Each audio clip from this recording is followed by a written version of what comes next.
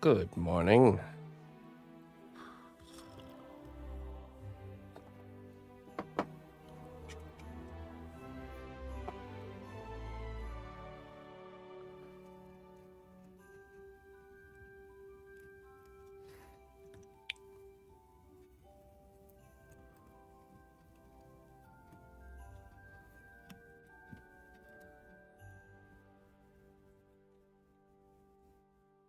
Okay. So I took our wave to the... Scrubbed it under some hot water. Hey, thank you, thank you. Yeah, it's a surprise. Caught me off guard. Surprised me.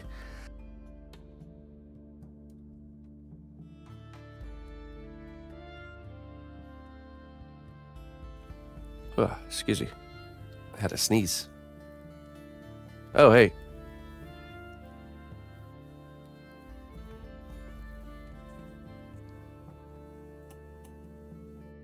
Oh, I suppose I should turn my alerts on.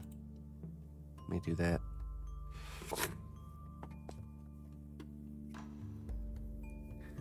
Yeah, so we were looking back at the time because that whole... When I started the stream, that whole time of my life was absolute blur. So trying to like uncover the history of this channel here. So I started in November 2011. That's my official, actual, when I first went live. And so I guess, and then Twitch officially told me that today's the day I got partnered, which means it took me 5 months to go from the beginning of the stream to being partnered, which was pretty fast, to be honest. But that's how it was back then, man. It was just super... That's the month you met your wife? Really? Is it your anniversary, Clayton? Let me get this pop-up going here for you. Well done, brave hero. Your labor has borne fruit. Enjoy these goods as a reward for your dedication. Hey, Clayton, thank you so much for all your support, man. Thank you for being a Tier 3 subscriber. I appreciate that.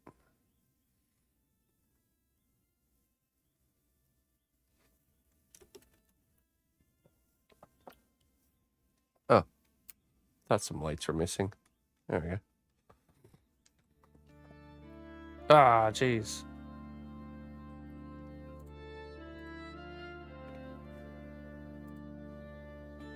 I think my computer restart last night, so everything's all... needs to be reset.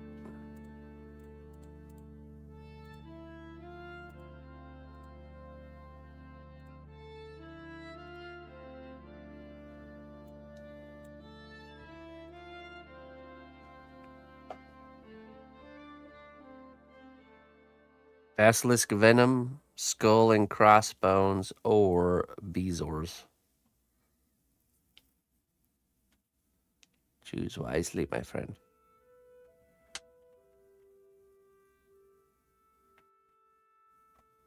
Skull and bones.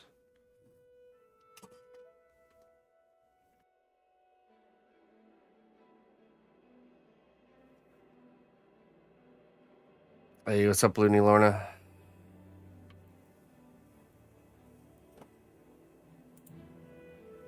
What was that? Hey. Well met, loyal friend. You've made a real impact on the realm.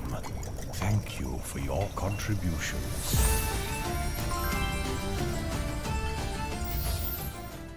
Hey, Tegan over on Kick, thank you very much for the 15 months. Thanks for holding it down over there, my friend. I think you're my longest subscriber over there. Holding it down. Let me get you your wisdom here after Clayton. Let's see.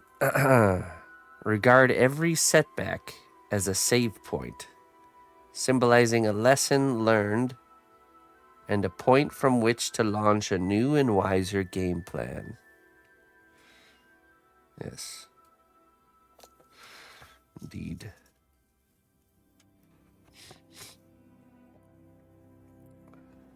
And this one is for Tegan.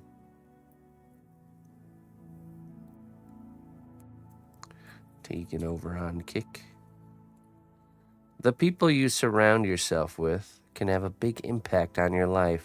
Choose wisely. That's very, very true. Oftentimes we think the people we surround ourselves with, that we can be a positive influence on their lives. But in most cases, it works the other way around. They will become a negative influence on yours.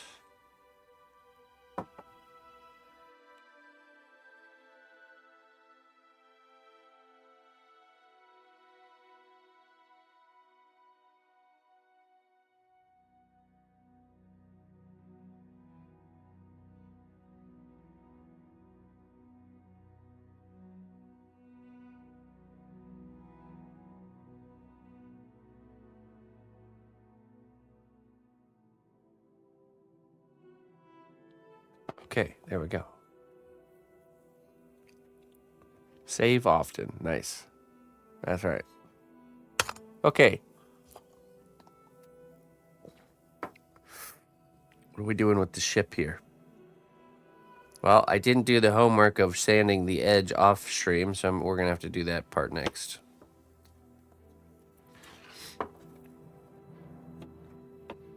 Yay, sanding, my favorite.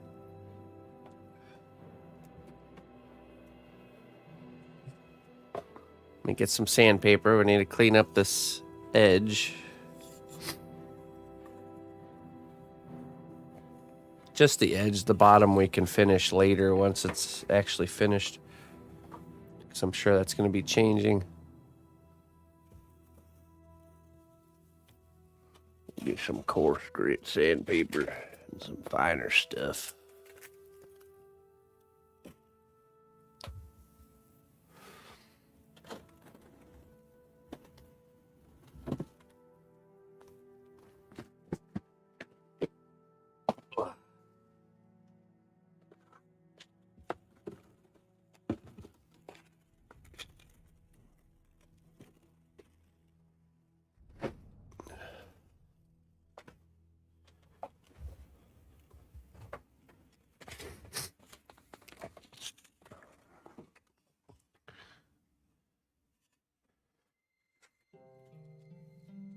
And 60 grit.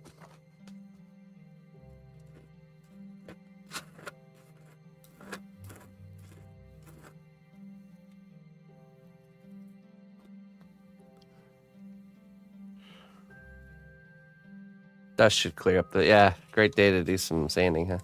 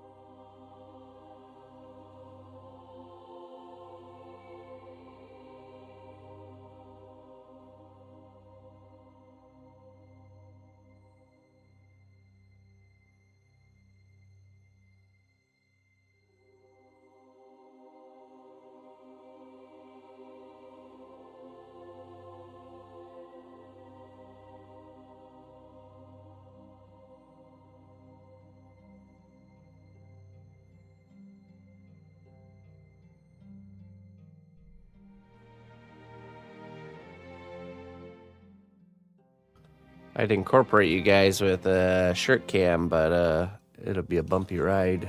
So just have to stand by. Let me sand this edge really quick, and then we'll get to the next step.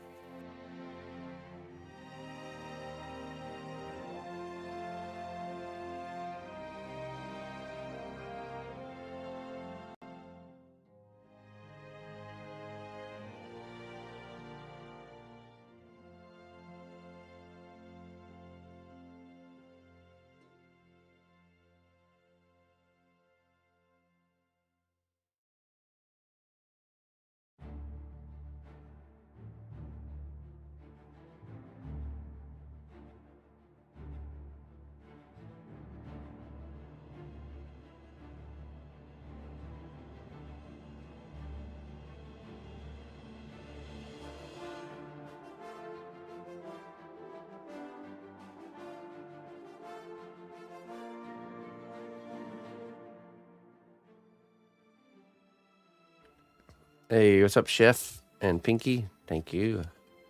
Thank you, thank you.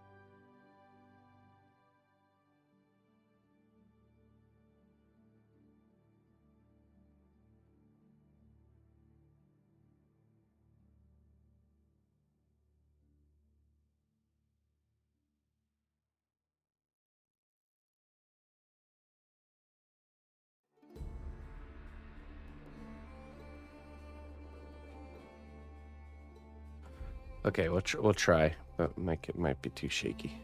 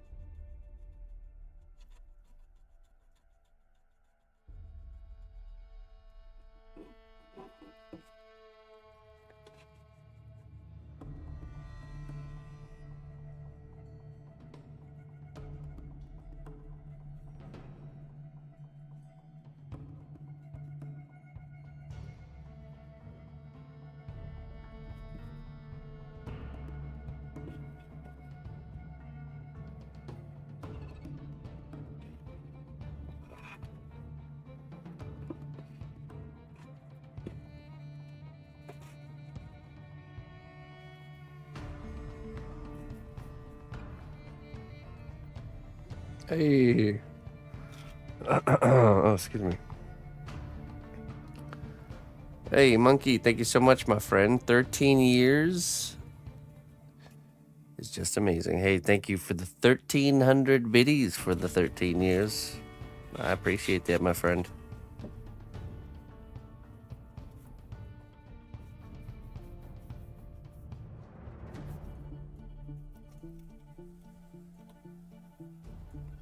Thank you very kindly.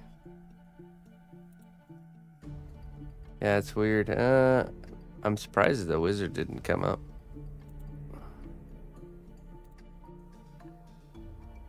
Let me play the wizard. Let me play the wizard for you. It's usually supposed to come up after a certain amount. This is a special case, indeed.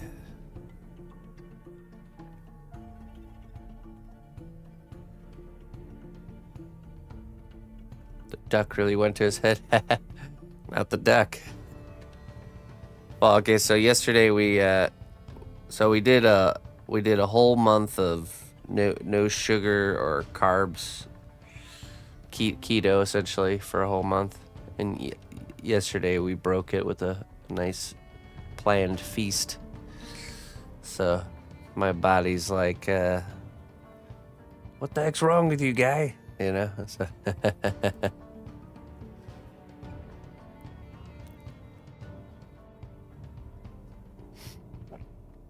okay, let's see. Alerts.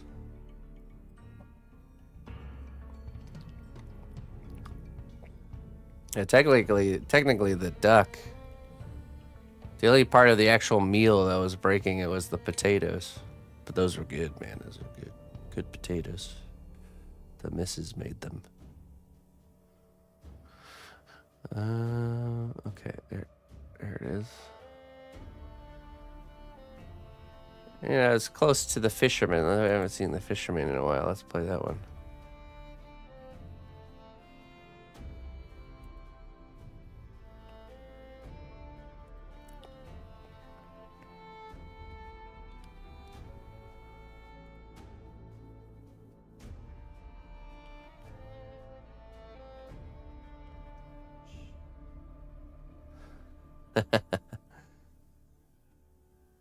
Oh, thank you. Thank you. Thank you, Kevin. That was for you, monkey. Can't hear anything? It was super quiet. Really?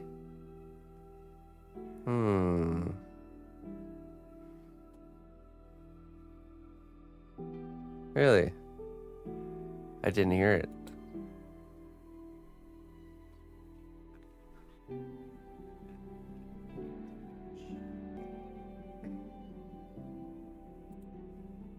Default.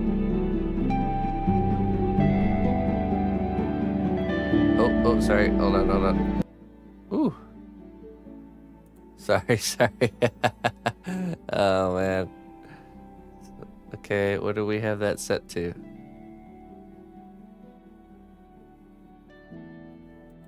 I think voice. Okay, and then we do test. To get lucky today, I'll be catching lots of fish. This is a test donation for $24. Is that better? Computer reset really messes things up here. Yep, okay. Good. There. We figured it out. Man, Kevin bringing it in. Oh my goodness.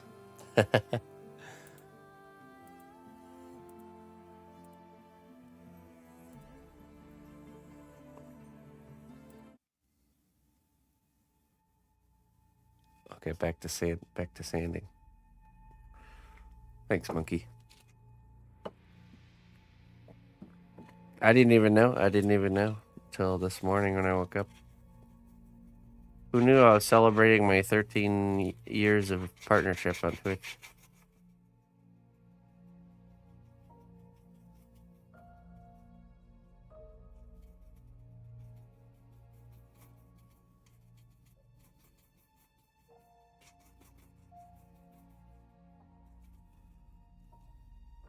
I knew I was having a duck feast for something. I just didn't know what for.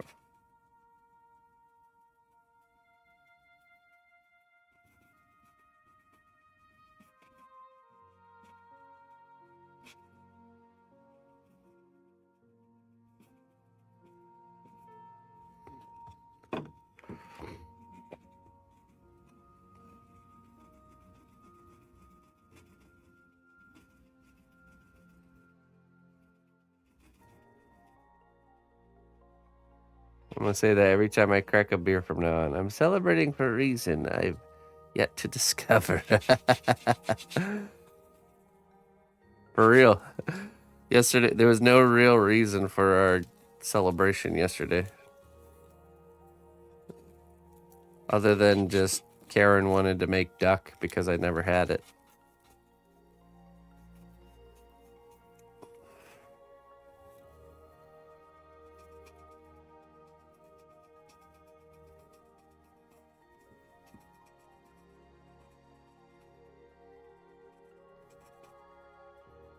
Now I know why. IMADs revealed it to me.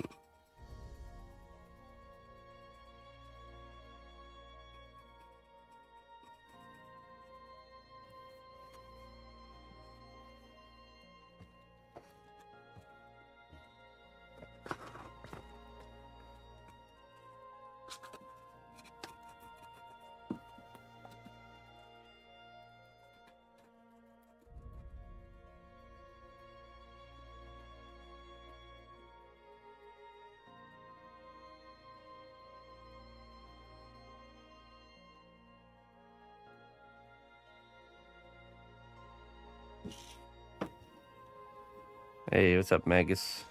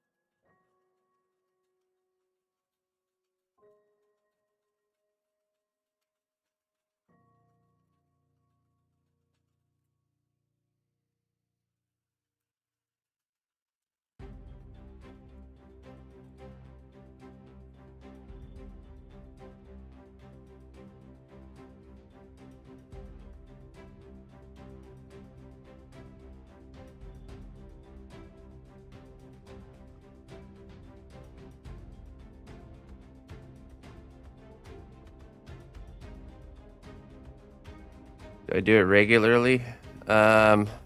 It's an off and on thing, but usually we try to commit to like a month. And man, it's such a difference if you ever commit and do that.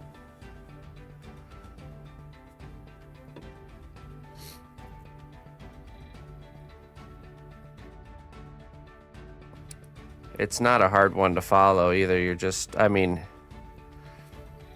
it is a little bit, you don't really realize how kind of hooked on carbs and sugars we are until you try to cut them out.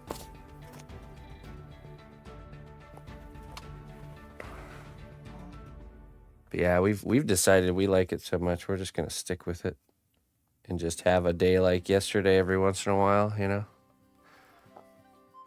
For a special occasion, break it, but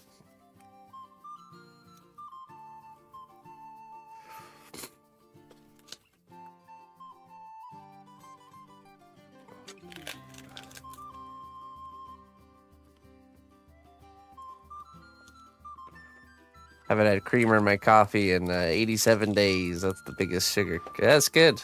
That's good. For something you have so regularly, I think there shouldn't be any additional additives in there.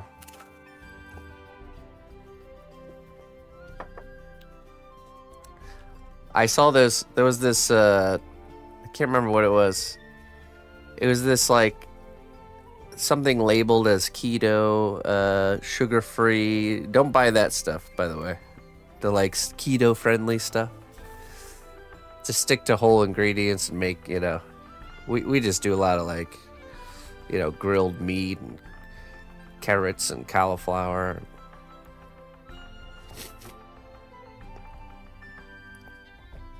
What have I eaten? What do you mean? Like, what do I eat normally? On a normal day?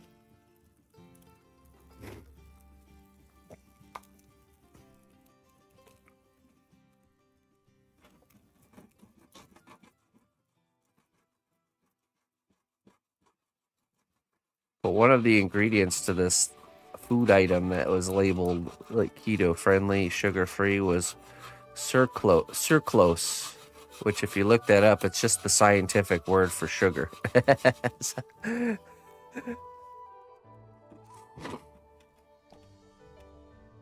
I finally switched successfully to black coffee. That's good. Well, right now I kind of only eat one meal a day, and I just grill a lot of meat And then usually some sort of a side that has vegetables, and that's pretty much it.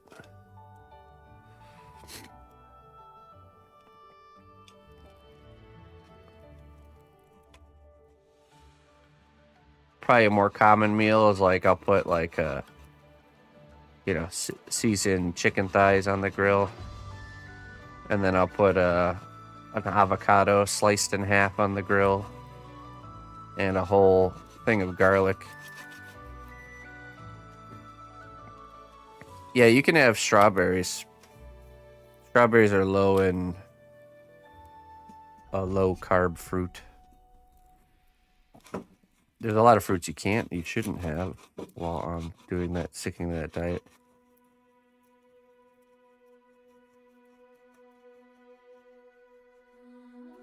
Pretty much all grains are off limits. No oatmeal or anything with wheat in it.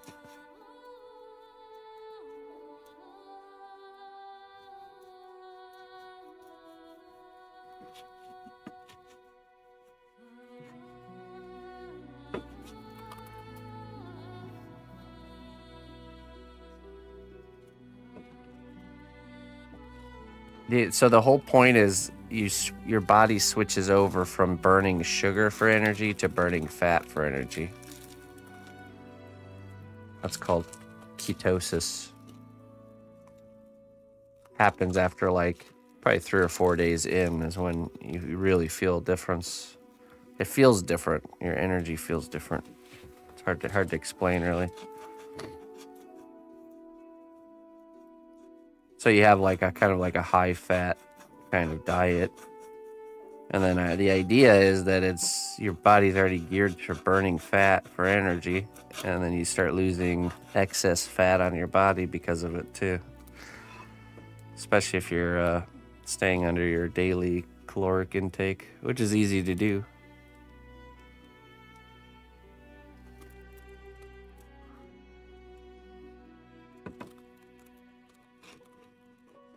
I pretty much eat till I'm full every time I eat. Like till I'm absolutely stuffed. I just only eat 1 meal a day, and it's like impossible to have. Even if you like totally binge out, which I do. It's impossible with that kind of a diet to eat more calories than what you're supposed to have.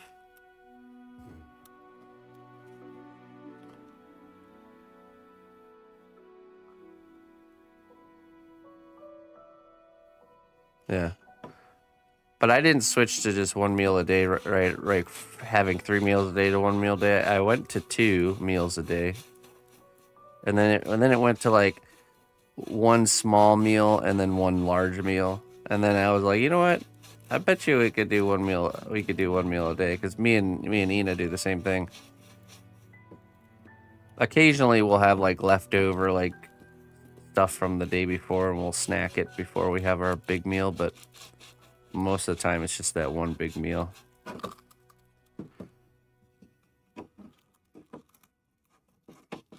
That's kind of been our diet for a while now. You have more energy, actually. That's the funny thing. You think, oh man, I gotta have much energy and stuff, but really you have more energy. When you eat food, it saps energy from you. It doesn't give you energy. Especially certain foods. Because the whole idea is carbs and sugars spike your blood levels, your insulin levels. And then you have a crash, and then you're riding these like highs and lows of essentially the food.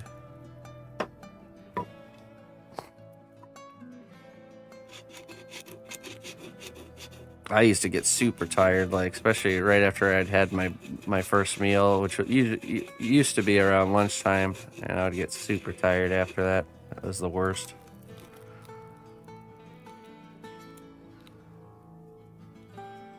If you eat to sustain your hunger and not satisfy your taste buds, you realize you don't need much. Yeah, right. Well, with this thing we've been doing, I'm telling you, You can eat until you can't eat no more every meal. Like I said, I do. And it's not like you're eating like salads and stuff, you know. It's usually like, you know, steaks and eggs and grilled meats and you know, guacamole, salsa, you know, sometimes a salad on the side. But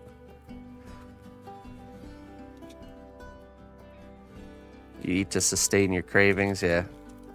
Food is a drug, for sure.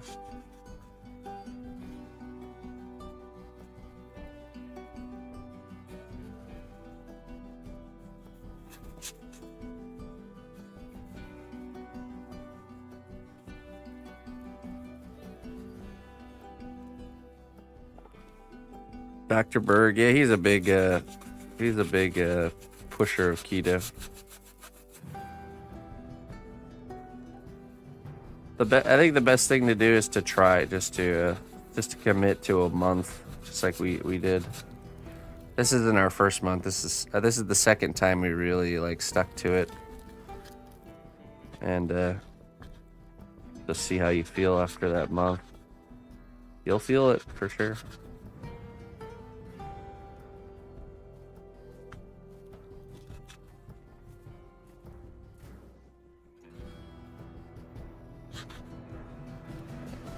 Anybody can do a month. It's good to set goals like that, so there's always like a, you know, like when you're tempted to cheat, you can always think about, oh, just got to make it to the end of the month and I can cheat all I want, you know. Do I get bad acid? Nope.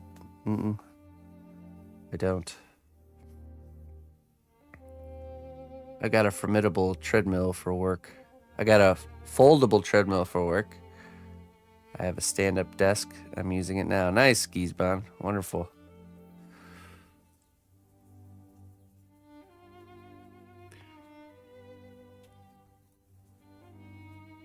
Well, you get hunger pains for sure. At the beginning, when you make the switch, you feel really hungry. This is one thing I've noticed because I've changed my eating pattern so many times, that your body gives you this like intense hunger right when you normally eat, you know, right before you normally eat.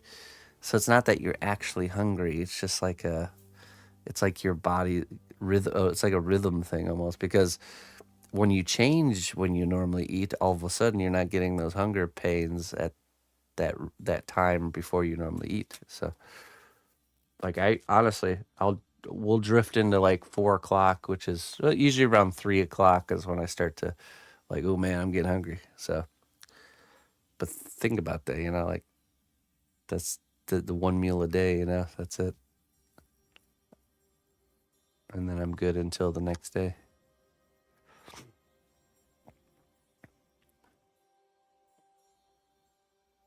We had stand-up desks at work and nobody liked them but me. So when we remodeled, I lost mine. I just imagine a whole room of like people sitting down on sit-down desks, and Sarab's like the one guy in the middle, like on a stand-up desk. Like the manager's like, Sarab, please come to my office. So Sarab, you're not really you're not really working with the team here, okay? You kind of sticking out a little bit. We're just like hammering the nail back in, you know? We're just gonna need a pop, pop. the nail that stands out.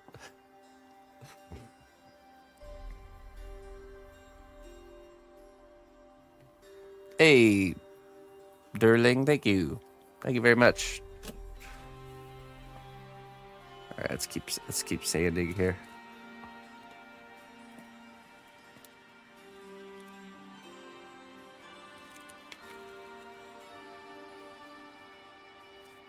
You eat for fuel, yeah, and that's the thing. The reality is if you get more energy when you don't eat than when you do eat. If you don't eat for like 3 days, you might start feeling it by the end of that 3 days. the lack of the energy, but it's just like that thought you have when you're like, you feel really tired and you have to do a workout or you want to do like a physical exercise.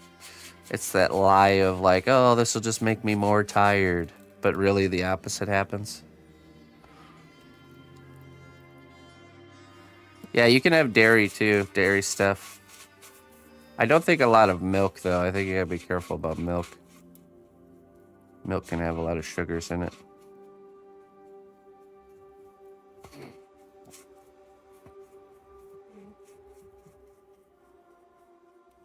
You can have cheese, yeah, for sure. Hey, thanks, Lou.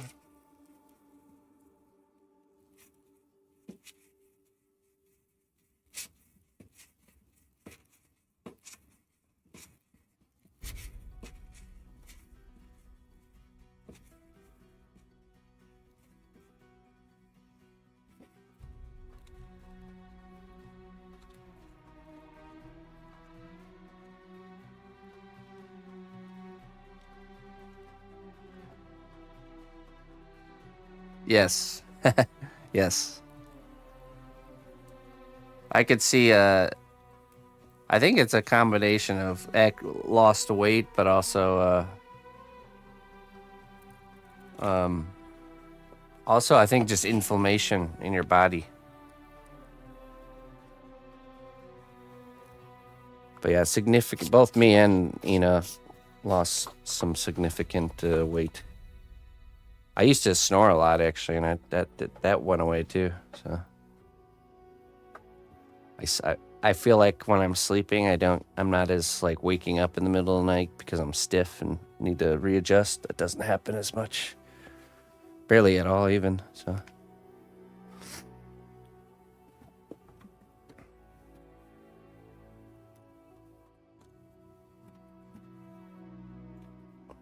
really consistent energy throughout the whole day. You know, like this last month, me and the missus, usually around like 9 o'clock to 10 o'clock, we're like done, you know, but lately we've been staying up and even sometimes working until midnight and then going to bed.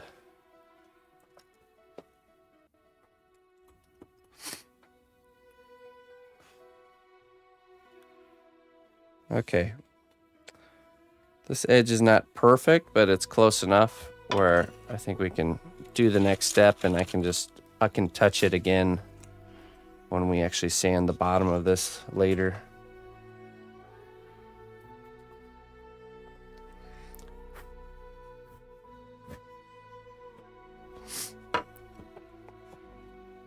Okay. Next step is, hey, thank you, dancing. Next step is to paint this piece of wood, and then we let that dry, and then we can paint the then we can glue it. Sorry, not paint it. Okay. Next month, yeah. Tomorrow. Monday. That's always the best one. After this weekend, then I'm gonna start. Good, yeah. You should. You should.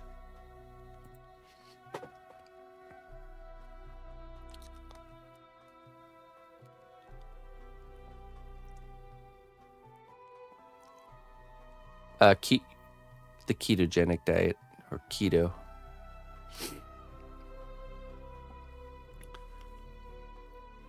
The first time we did it, we didn't really stick with it afterwards because, I mean, we did kind of, but during the duration of it, we kept trying to replace bread and stuff like that, and I think that's when it becomes a problem. You have to just change the way you think about that, you know.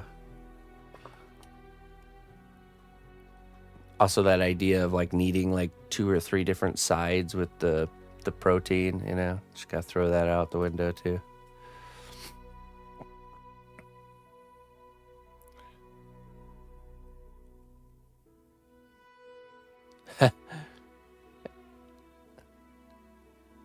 Hey, no problem, Kirkle.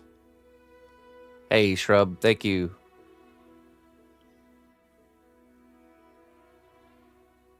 Or the better one we do. One misstep on the day. I better scrap the whole thing. Well, might as well ride out the rest of the weekend and start again fresh next week.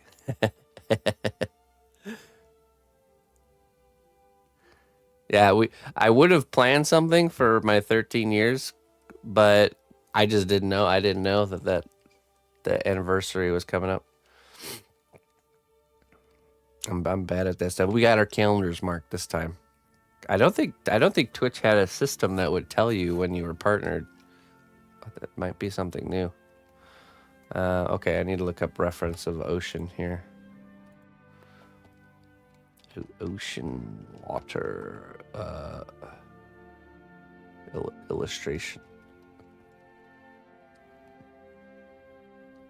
13 years just flew by. That's right. I mean, a lot has changed, to be honest. It's a whole lifetime ago for me, you know. Completely different life, essentially.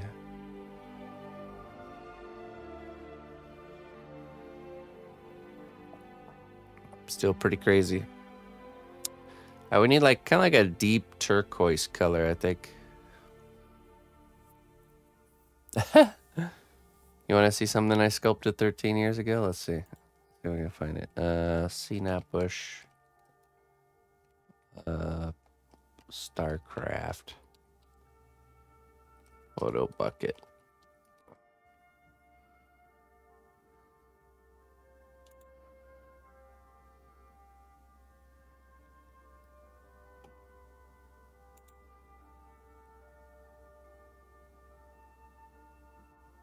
It's hard to find.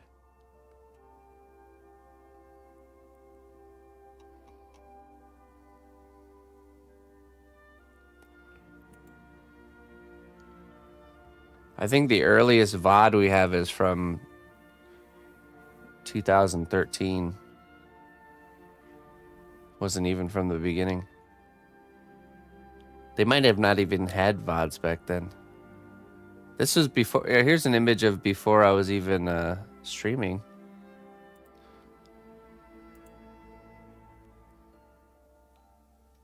Oh, wait till you see this photo quality here. There we go. There's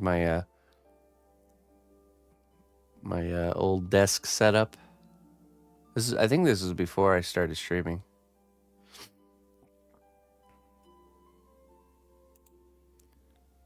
Look at that tiny photo size. I used to do mostly StarCraft 2 character. Oh my goodness, it's so small. It's teamliquid.net. This is where I first started. Actually, oh here, look. It's in the forums still. It's an old forum post. Let's see, this is back. 133 posts. Nice. 2011. This is January 2011. So this is like, let's see, a couple months. So I started streaming in November 2011. So this is probably like, what, half a year before I started streaming. And I was making StarCraft 2 characters. That's how I began. Now all my photos are on Photo Bucket, so unfortunately that kind of crashed. I think this is the second thing I made right here. Second thing.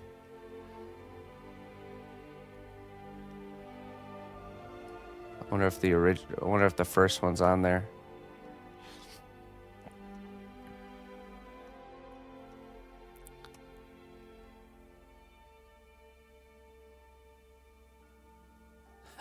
Well, okay, so you have to understand that I wasn't starting sculpture from nothing. I had very extensively sculpted in high school before this point. So you're supposed to be terrible. So I had a lot of practice and then this was after I stopped going to college, and needed a way to make some extra money. So I was kind of tapping back into these sculpting skills that I had. And also, trust me, any one of you can make. See, there's an important thing to understand here. Ugly, deformed monsters. Anybody can do a good job at those. So thankfully, I didn't know that when I was doing it. But I was making mostly Zerg characters. So they're just twisted, distorted, bug, alien monsters. You know what I mean? So it was really easy to create good results, you know. Let's see. I remember specifically this one. Oh my goodness. This here's a 13 years ago video. So this technically would be after I had started streaming, I think. Let me pull this up here.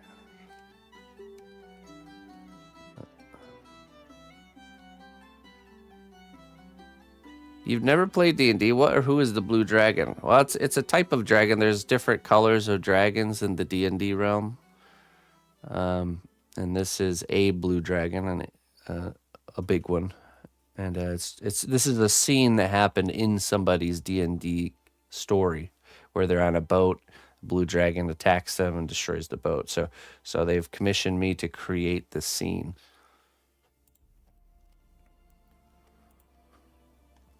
I'll show you the dragon up close here in a second. I just want to show this.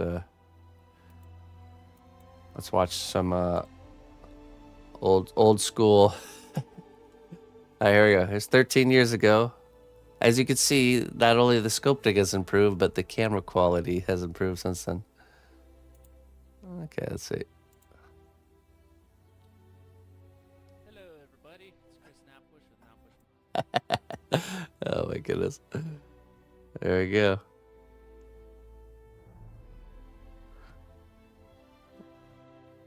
But see how it's just organic shapes, and you know, this is something anybody can do. Maybe we'll do a alien bug monster class, and you guys will see that you all can do stuff like this.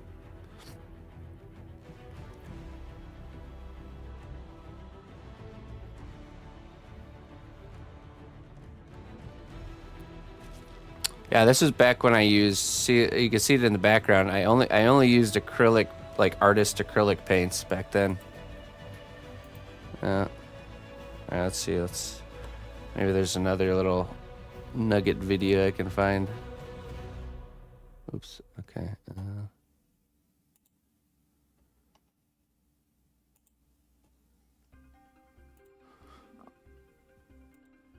Let me pull up an old video here. So video, yeah, okay. Let's do sort by date, but other way. 2011. Oh, 2011. This one's July 2011. This is an in-progress piece. Let's see if... Oh my goodness, okay. This is definitely before I started streaming.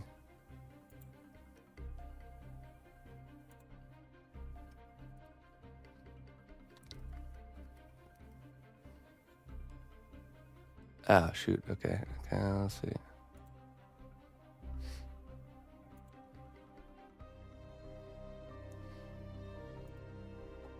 Camera with him.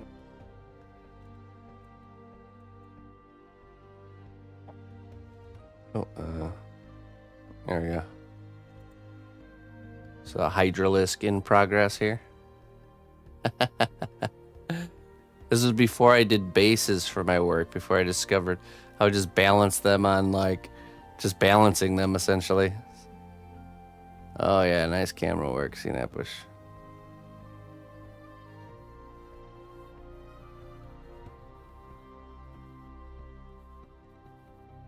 Look at those nice details.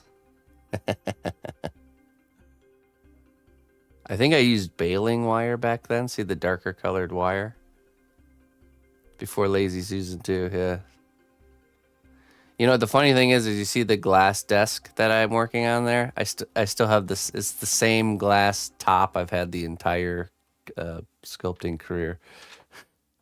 The desk is gone, but the piece of glass remains as part of this new wooden one I built. So. Yeah, there you go. Little trip down memory lane.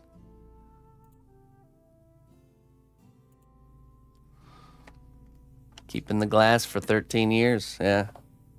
You know, there's been a lot of accidental discoveries. That's one of them. A glass top is just one of the best, I think, working surfaces.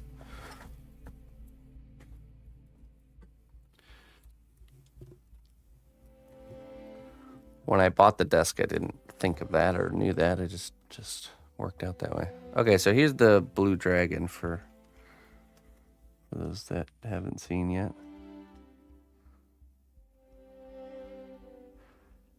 In a land before time.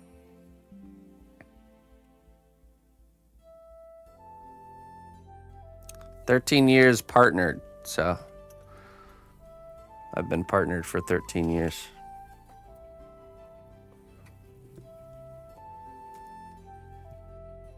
Okay, let me go grab the paint. We need a blue color here to paint this, so then we can permanently glue the water, this water here, onto this. So I'll be right back. Let me go grab the paint.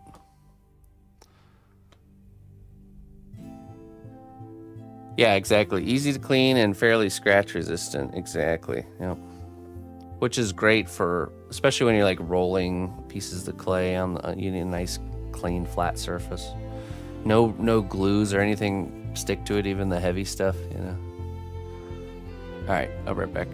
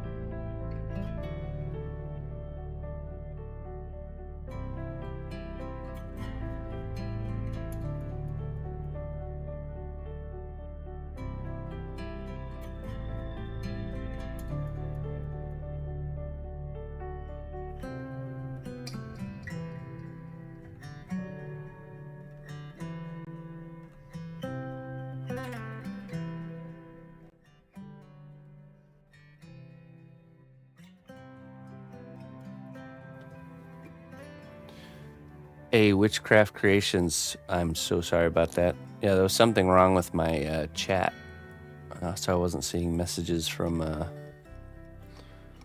Kick.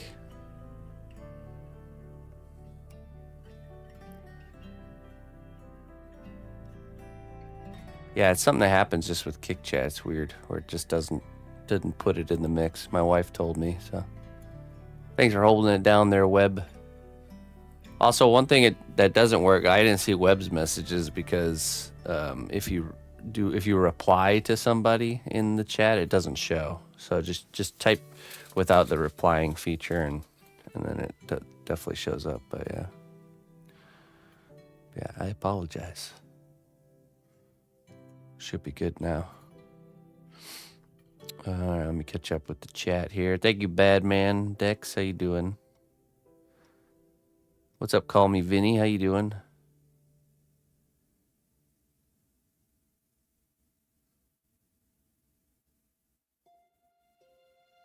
Do you do that with sculpture? Okay, so here's a good question. Kirkle asks, 2D art, you limit the details of something unimportant parts of something moving in the distance and make things closer or unimportant more detailed. Okay, yeah. Do you do that with sculptures? How much stuff carries over to 3D work? Like rule of third and stuff. So that kind of stuff, I mean, you can use those principles three-dimensionally, but the way I work is I just detail everything kind of to the same level. There are certain areas that I'll spend more time detailing and making kind of the next level. So like the character's head are really important features and stuff. But typically everything gets detailed. Nothing's kind of like obscure. I know what you're talking about, like when it's like something in the distance that just you can see the general shape, but you don't really see the details. But with sculpture, it's a bit different. But there's also things like perspective. I don't have to do perspective. I can kind of force perspective, but perspective happens automatically, so.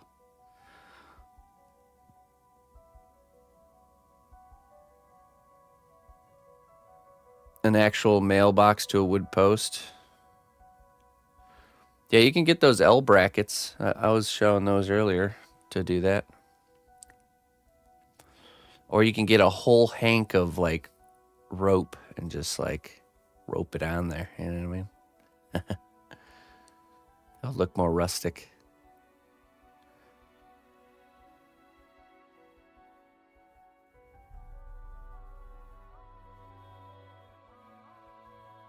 Yeah. Pirate ship style. Yeah, exactly. Yeah, I have these. Let me grab one so you can see.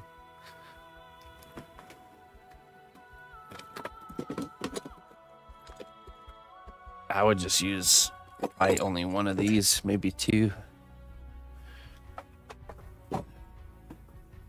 You know, these little pretty sturdy metal L brackets. I think they're $1 or $2 a piece. And then the part that's going through the bottom of the mailbox, you would just use a nut and bolt. You know, so you put the rounded side up on the top here on the inside of the mailbox, and then you have the nut at the bottom. And then the one that goes into the wood, you just use some nice long screws. Hey, what's up, Web? It seems my chat is fixed now.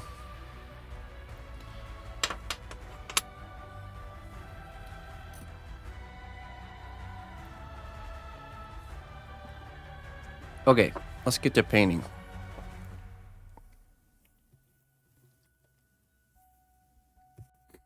That won't go nowhere. Plus, those brackets are galvanized, so they're not gonna get all rusty or anything on you.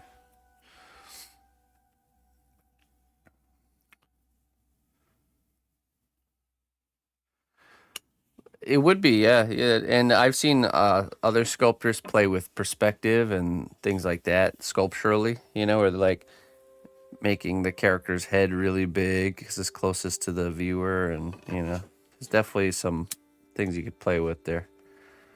I'm just using like a standard blue here from this, a cheaper paint, so I don't use a whole thing of my good paint on this wood here. We just want that nice deep ocean blue color. Oh, nice. What's going on here?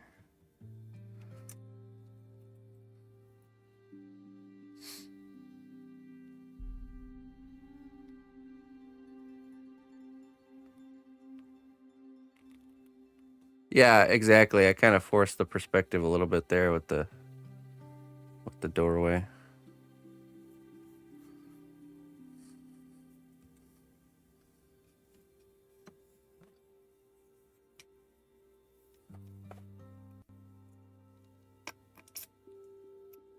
I didn't do a very good job there today.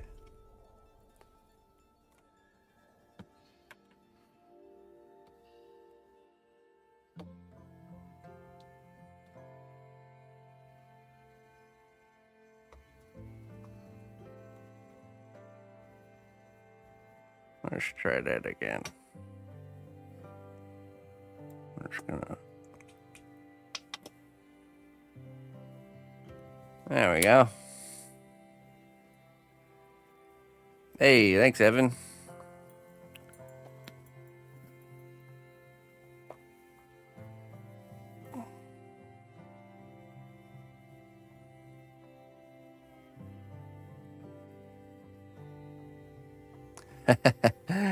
I'm not afraid.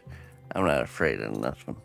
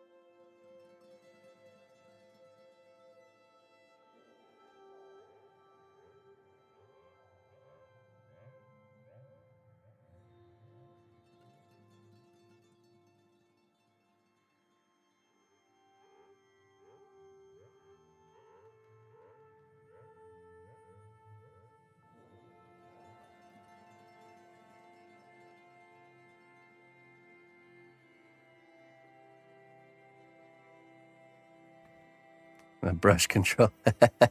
Oh, yeah.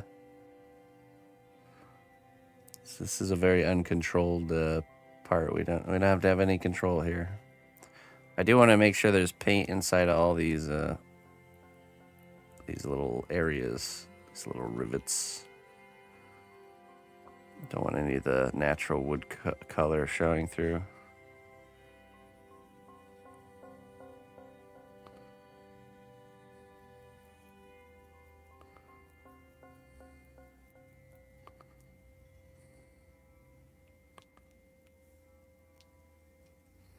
This is going under the water.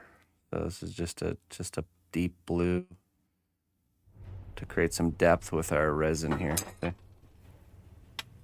Hold on, let me turn on our painting filter here. Oh, wrong one. That one? No, not that one. That one. So you can see the actual color.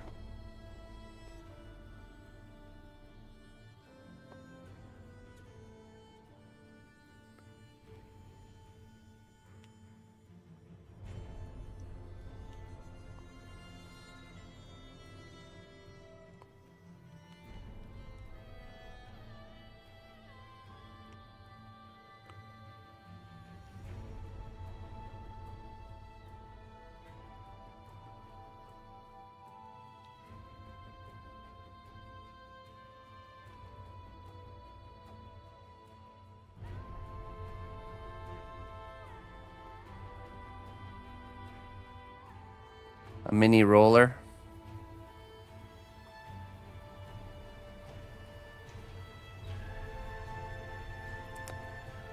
Like one of those like hot dog rollers.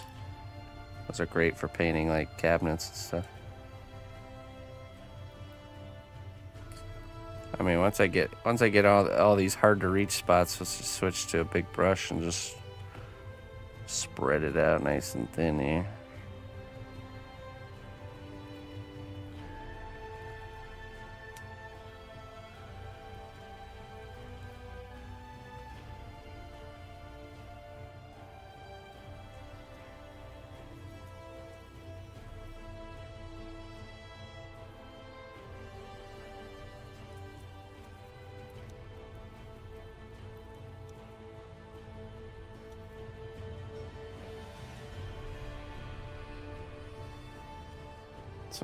Just use your fingers too. Yeah, you know, sometimes you just gotta. It's a big old makeup brush.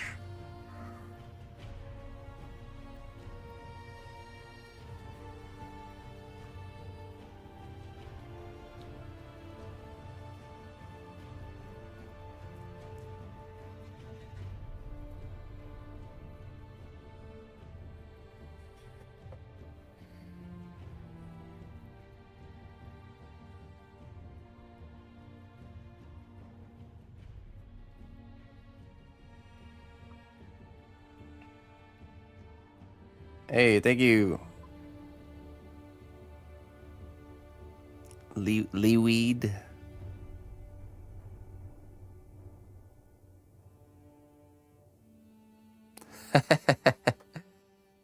Yeah. Unfortunately, you know, we make the Instagram posts as we're making the piece, so we don't leave you hanging on purpose. We just haven't finished. Still working on it, you know. But hey, it brought you here. I guess maybe it is working a little bit, huh? But yeah, I would show the whole thing if I had the whole thing done. It's funny because I totally get it, because I always hate when people make a video and then they like, check out part 2 for the finished, for the what happens, you know. I'm not being intentional though, I promise.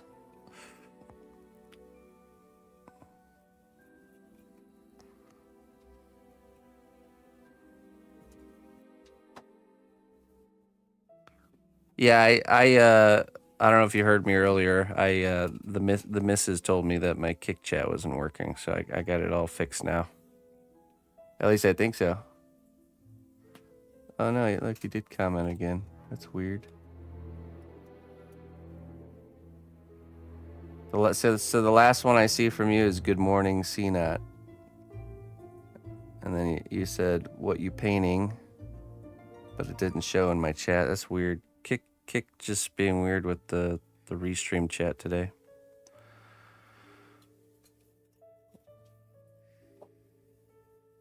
Yeah. Sorry about that, man. Thanks for holding it down over there.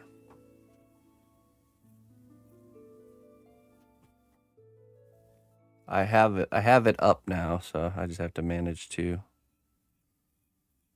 I have a hard time managing one, so you have to apologize, or I have to excuse my my mismanagement.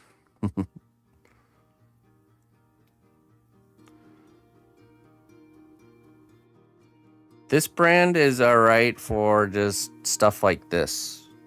You can make this one work. Folk art is all right.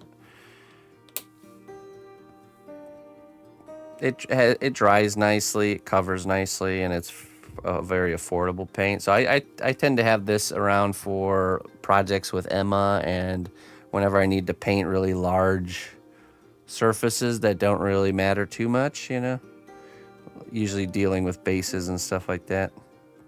It's good to have a paint like that on hand, because like if I would paint this with like one of these, I might use like half of it or something trying to get this covered. You know what I mean? Not half, but you know, you use a good amount of it. And it's just unnecessary. Okay. get in there.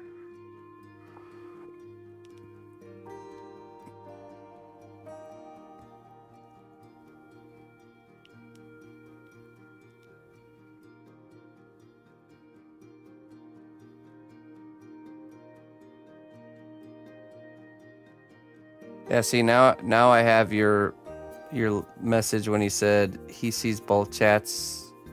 He talks to Kick Chat all the time. That just popped up in my chat.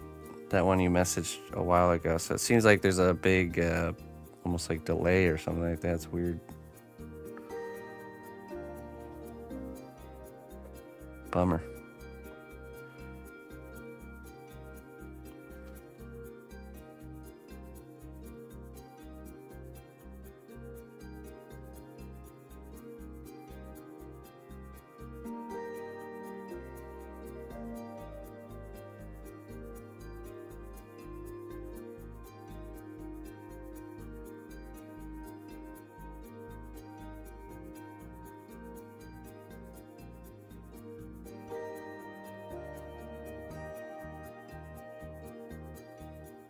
Oh, I just saw. So you couldn't figure out what was going on. What with the? Thank you, Delicia. You couldn't figure out what was going on with the, like what was happening in the reel, or the, like because there was no, like, finished reveal at the end. Just curious. It's always good to get feedback like that. So.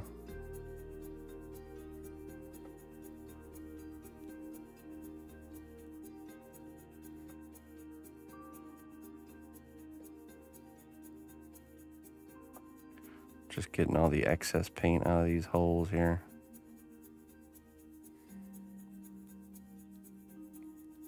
Went a little too heavy-handed, but...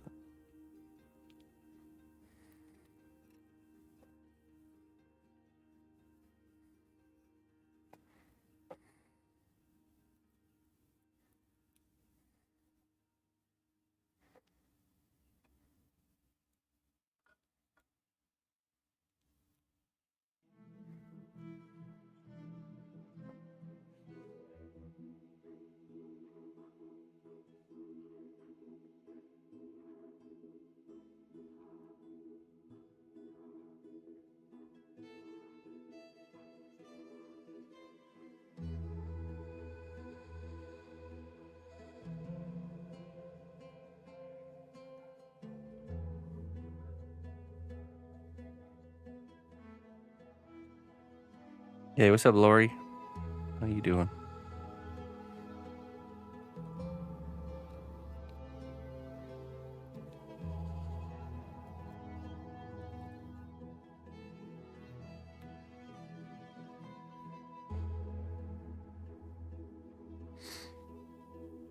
Okay.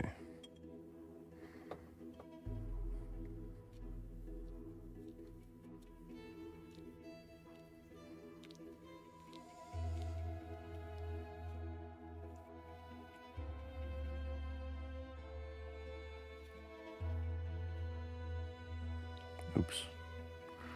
Thinned it a little bit too much there.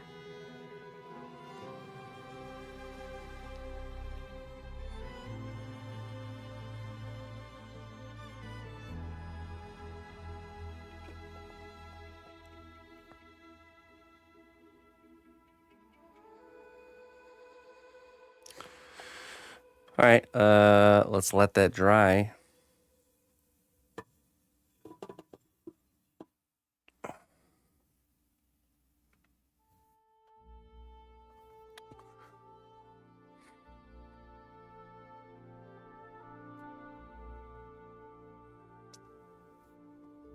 Let's see here. Look up some reference. We need to figure out the boat here. Boat. Let's do ship battle. Need some nice splintered wood reference.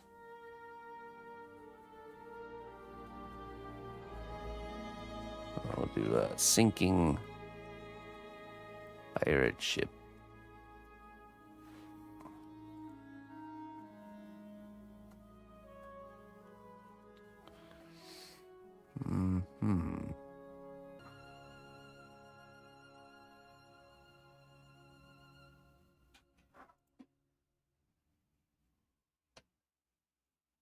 Getting closer.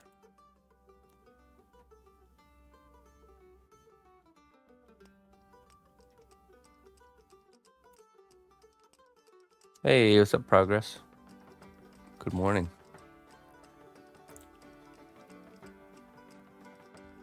Good day. Good day to you.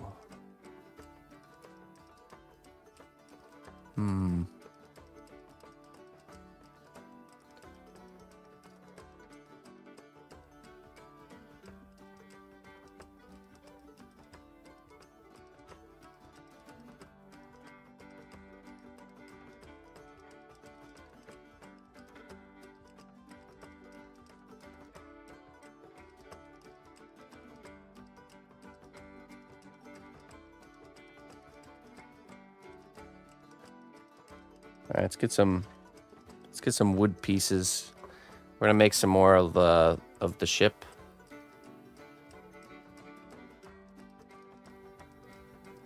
We also need to think of. I was thinking, what if we took tissue paper and coated it with either Mod Podge to let it air dry, or we coat it with liquid polymer clay and create the sail, like the ripped, torn sail, using that kind of a approach. Where's my thing of wood? It's missing.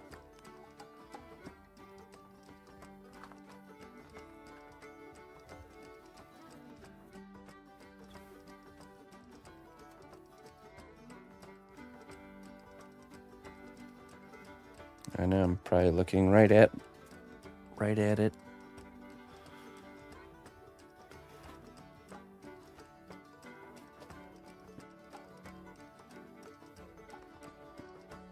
No. I have a pack of popsicle sticks right here. I'll just use some of that. That'll do it. Hey, thank you.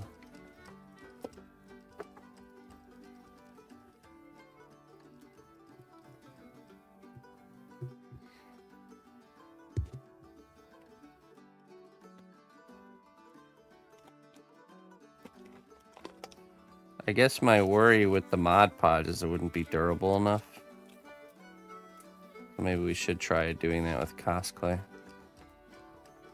Okay, we're just gonna give a little twist here.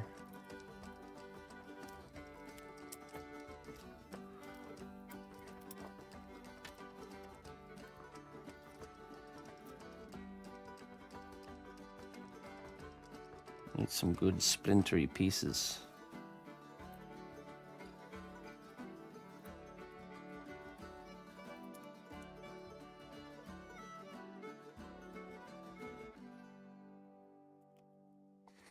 No, I got a little pop-up in chat, just like you. How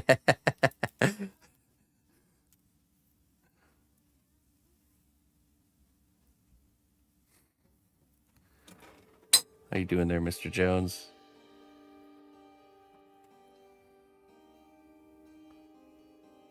Okay, so maybe we kind of cut these pieces and then like insert them somehow.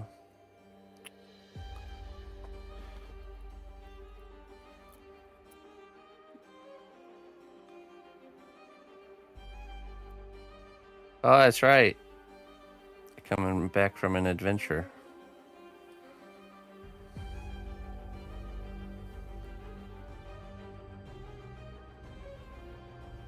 Welcome back.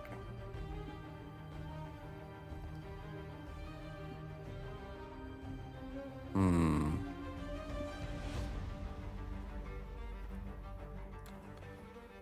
think we'll Dremel a little channel to kind of place these fractured pieces on both sides here.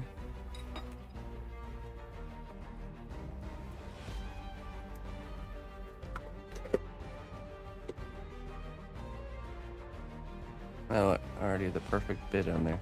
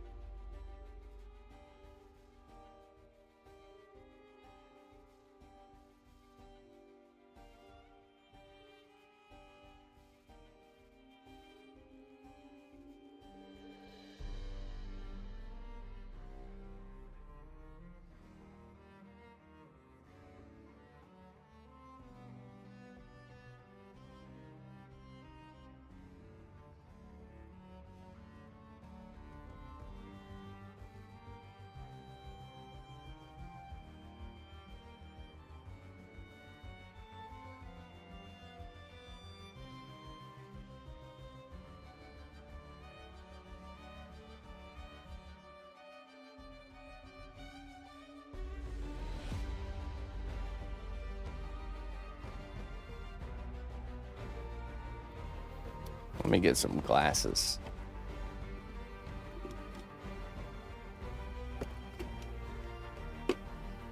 Not sure where I put them. Everything's gone missing.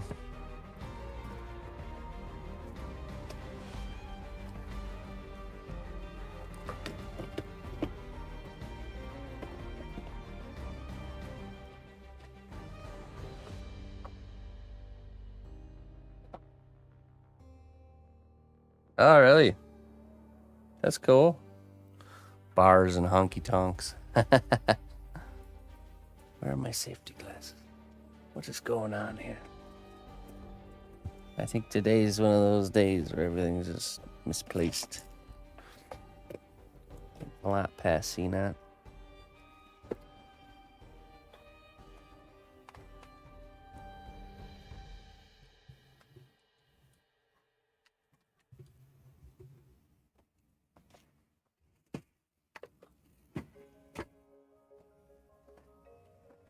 Ah, here's a pair.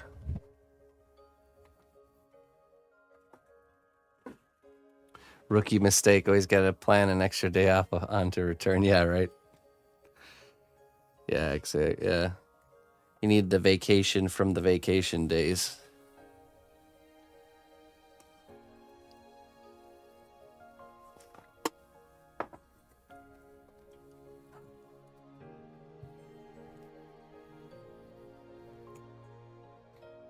Okay, now we're good. Okay, we're digging our channel here.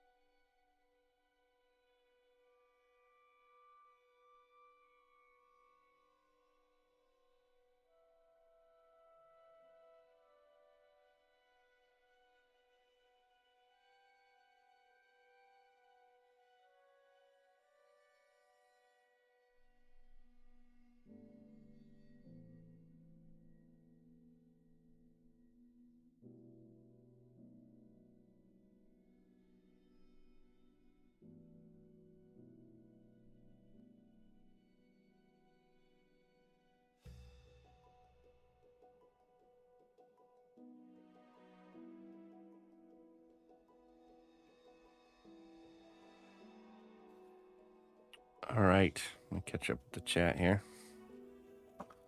Got that carved out, pretty nice.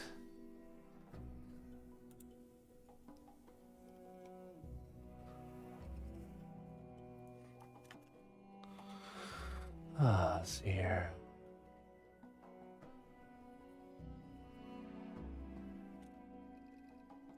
Come home. Yeah, okay.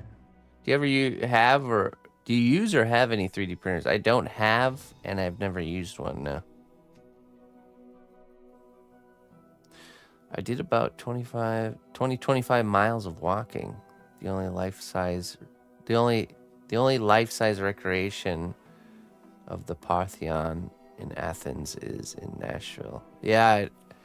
Oh, so you want to check that out? Yeah, I've always wanted to go see that.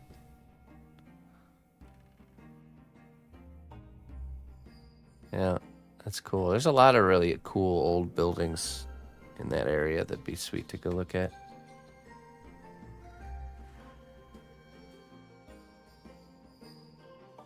We're listening to the game music playlist 1, I think.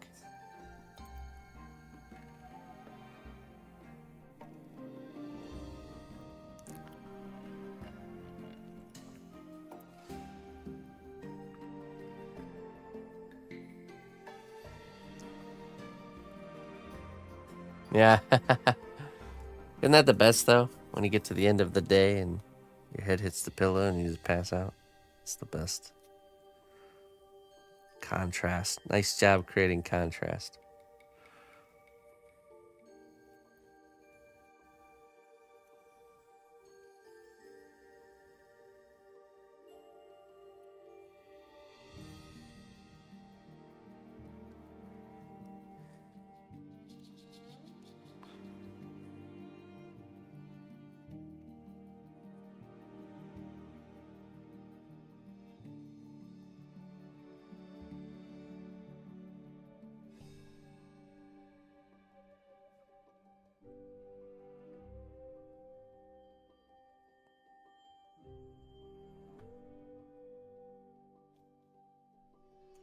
Let's see. Now we do like some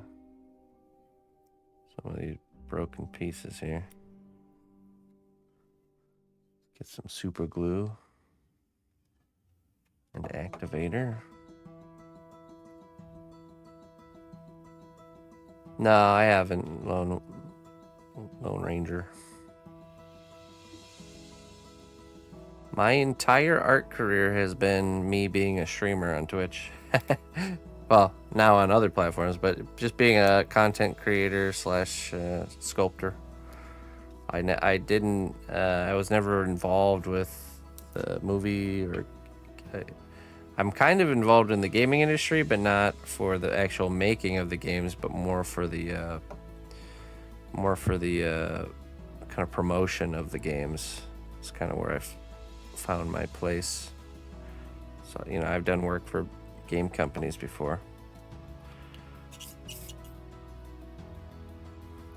But more as a like a content creator, not as a actual artist for the game.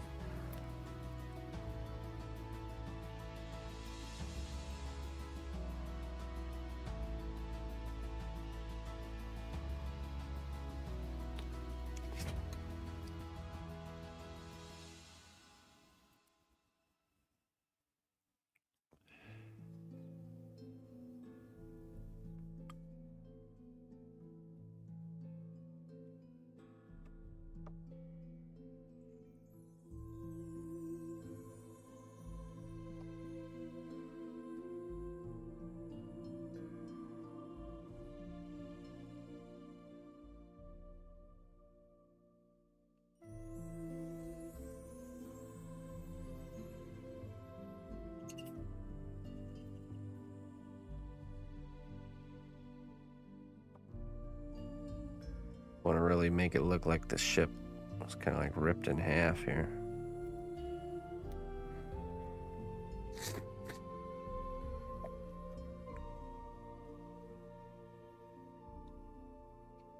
Oops.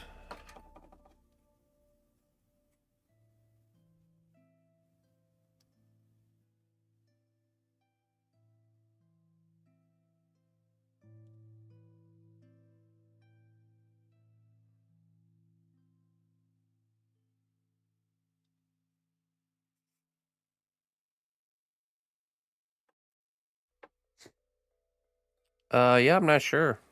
I wouldn't even know where to start. But I mean, I'd really enjoy. I don't. It's not like I don't enjoy what I do. I would probably only try to do something like that out of necessity.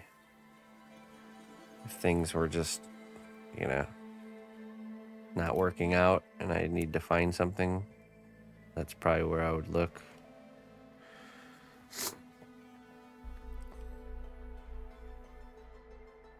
I mean, I'd probably get a job doing just something quick and easy and mundane just to get some cash flow going first, and then whilst doing that, look for some sort of industry job.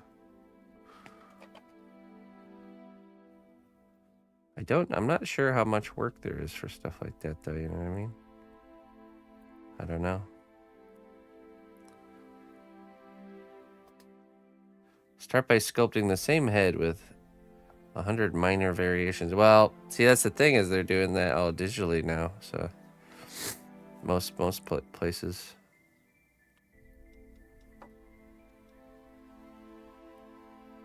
But of course, you know, like building the sets and stuff like that are still all done traditionally, I think.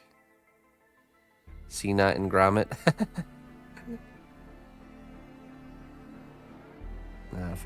I prefer to just keep doing my own thing, for sure. You know, to be honest, when I first started doing this, that was I had a goal of like wanting to kind of use this as a jumping pad to getting into the industry somehow. But the more I kind of kept doing this, the more I realized that that's not actually what I want. What I want is just to do my own thing, you know. What kind of woke me up to that was I kept running into people that were artists in the industry, and they kept talking about what I was doing in a way that like is something that they wish that they had, and it just made me think. Well, why is that? You know, why is the person who has the situation that I want wanting the situation that I have? You know, and it's just that. It's just I think it's the freedom that comes with it. You know, when you're working, you're kind of like a cog in the machine when you're working for an industry or a company, which can, I think, sap the fun out of doing artwork, you know.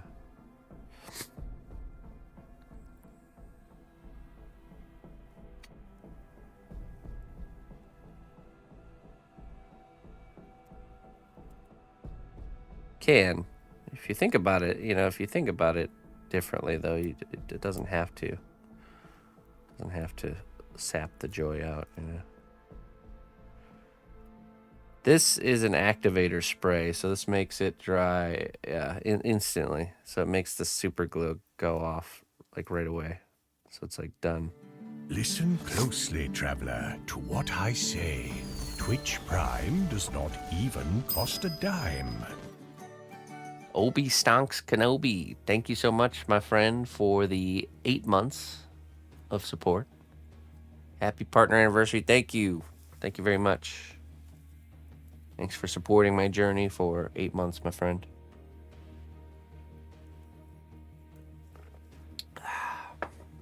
I appreciate it.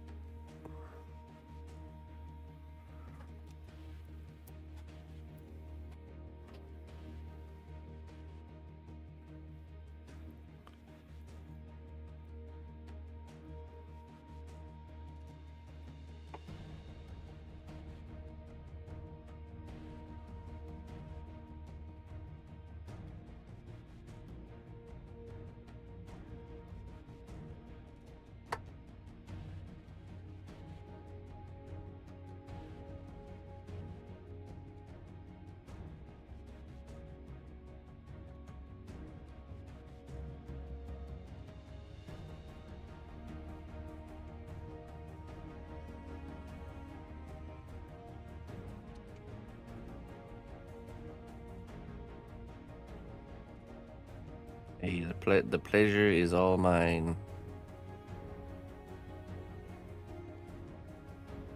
Certainly.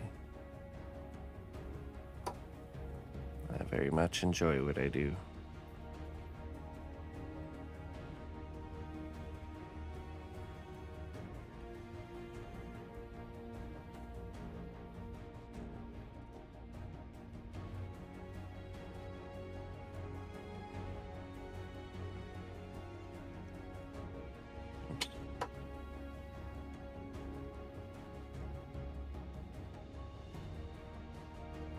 uh,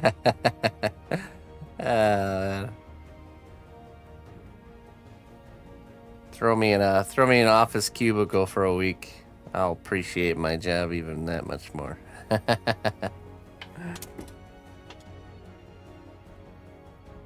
Filling out TCF reports or something.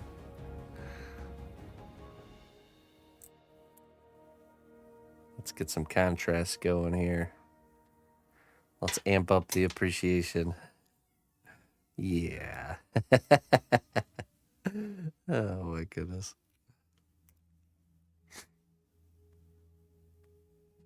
Look, there's pros and cons to every walk of life. I certainly would I would enjoy the steady paycheck and benefits for sure.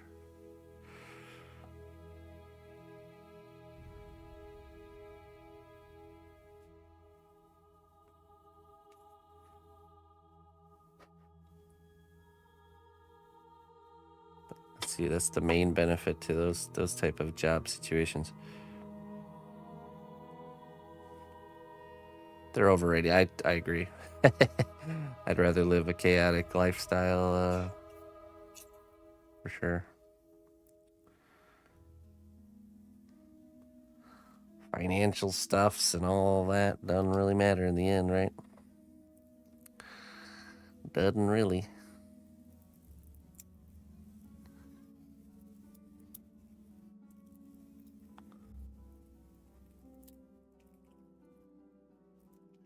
Oh yeah.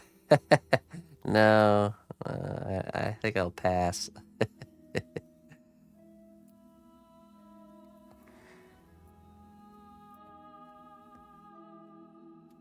Thanks for the offer, though. Appreciate it.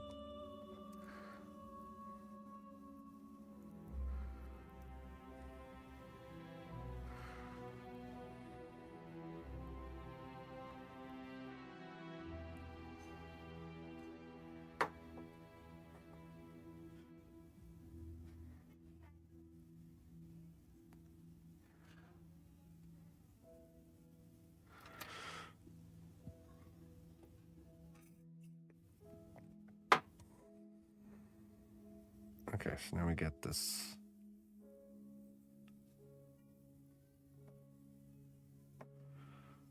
Let's take a knife and kind of cut.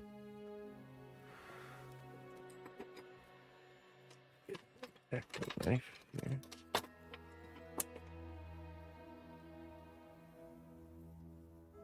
I'll kind of make these this line not so clean here.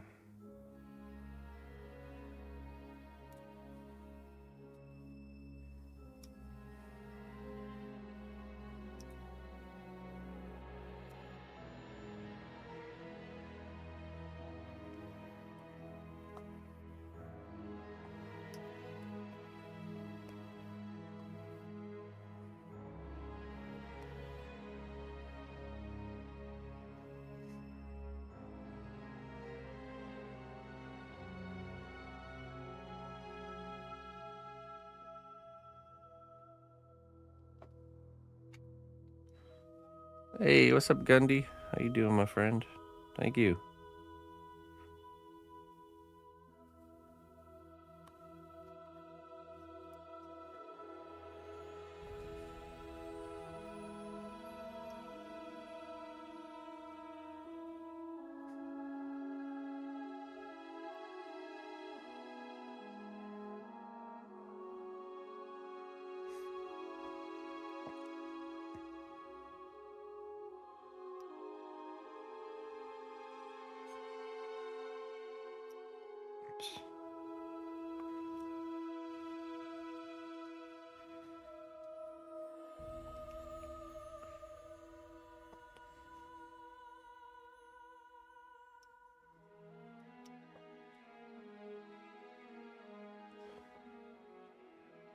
Oh, thanks. Yeah, I somehow keep getting more paint on me. I don't know where it's coming from. Somewhere around here.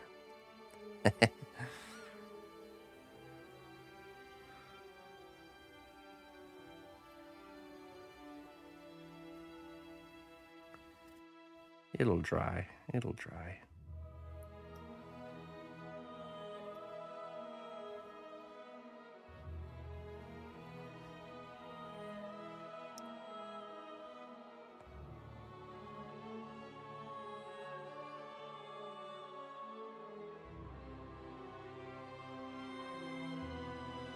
I'm back to coffee progress. Yeah. I wasn't planning on making the switch permanently, but I will definitely go back to doing it from time to time.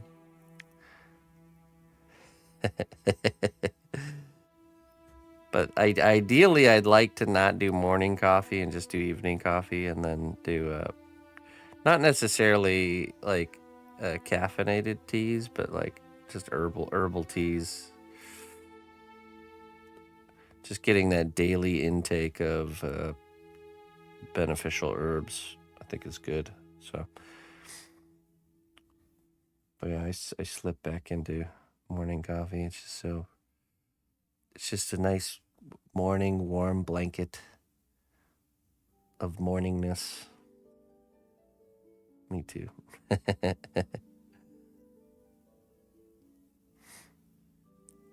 I always come to this conclusion of, well, you know, even if it's not the greatest health-wise, there are very few things that you can be like hooked on that actually can benefit you. You know, I certainly get that energy burst and get a lot of work done thanks to coffee. So. Although I'm sure if I were to quit it for, like, totally quit it for a couple months, your system would rebalance and you'd have energy just naturally. I don't know. I don't know.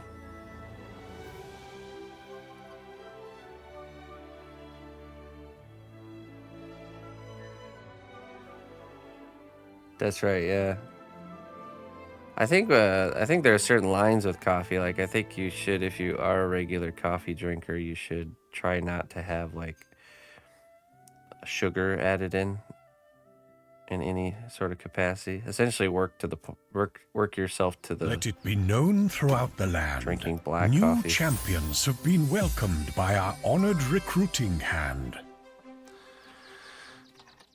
Morph, thank you so much for the 5 gifted subs, man. I appreciate that. How you been there, Mr. Morph? How's the waves? How are the waves coming?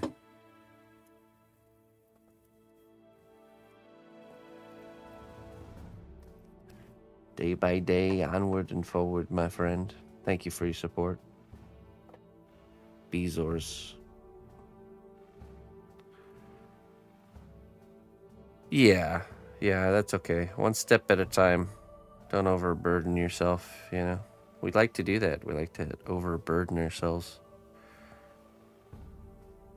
with things that aren't even in front of us, you know. Let's just worry about what's in front of us for today. We can manage that. Okay, let's see what it says. Value each mistake as a hidden treasure chest. When opened, it reveals priceless lessons that can be equipped on the journey to victory. Very good. Very good.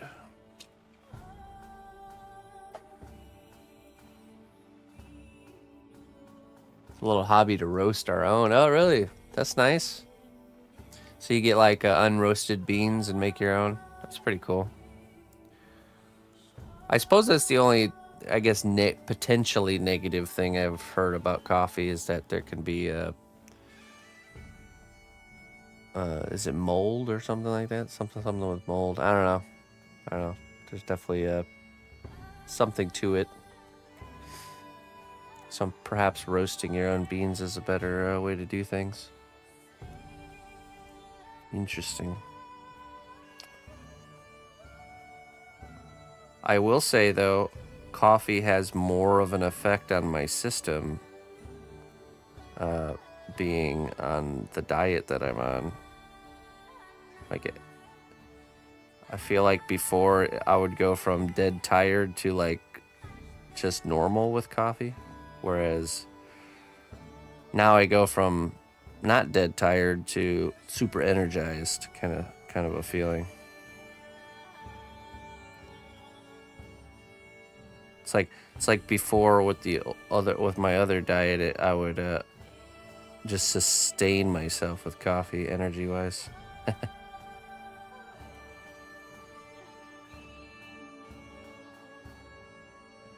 As long as it's not monkey poo coffee, you should be okay. Yeah, I agree. Yeah, there are worse things to worry about in this world. I'll still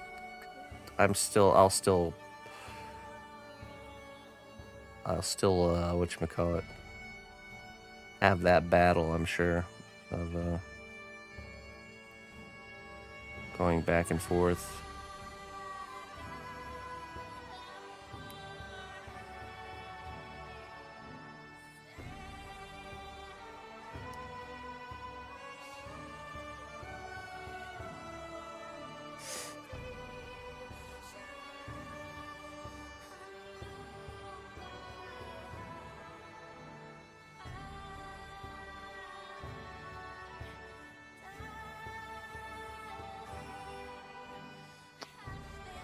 Oh, yeah.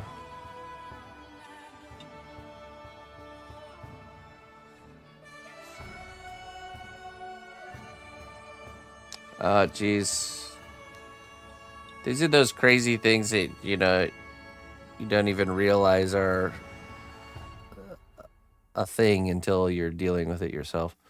That's crazy, Morph.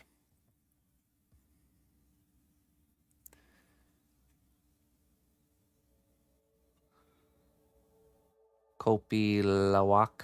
Is that the monkey poo? I mean, I'd try it. Really? I wouldn't.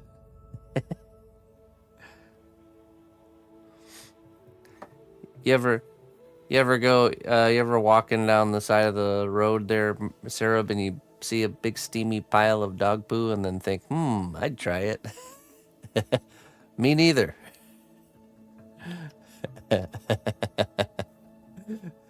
Me neither.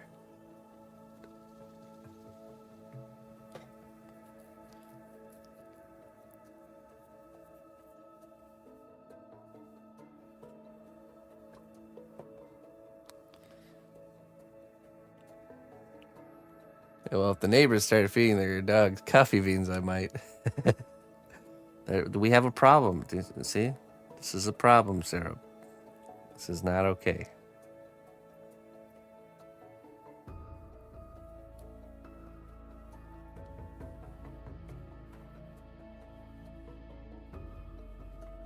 Yeah, sorry to hear that, dear Morph. It'll work itself out eventually. What a headache.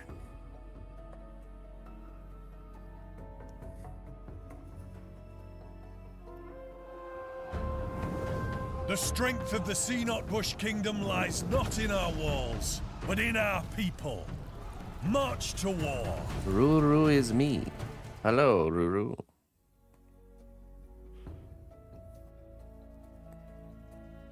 Welcome to the stream. Ruru is me.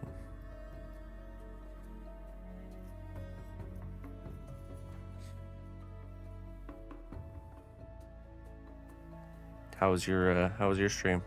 Thank you very much for sending your people here. What were you up to?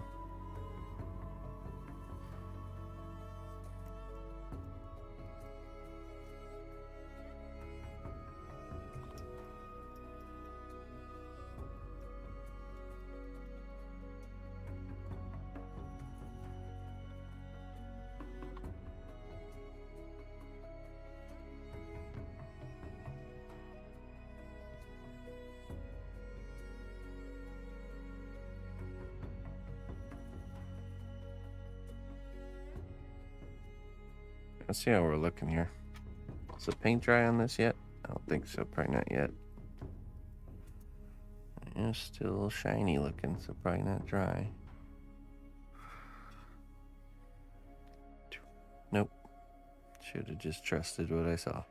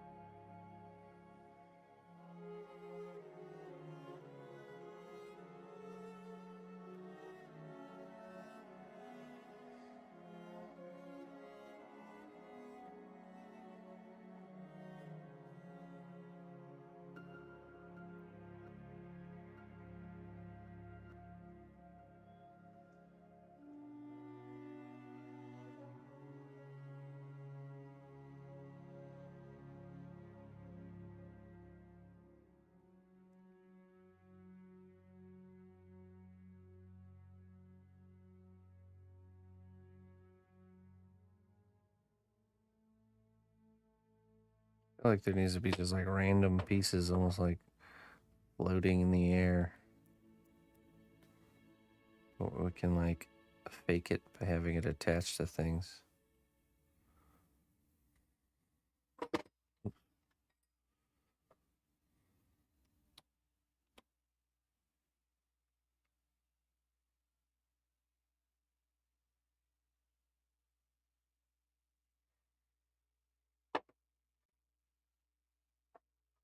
Oops.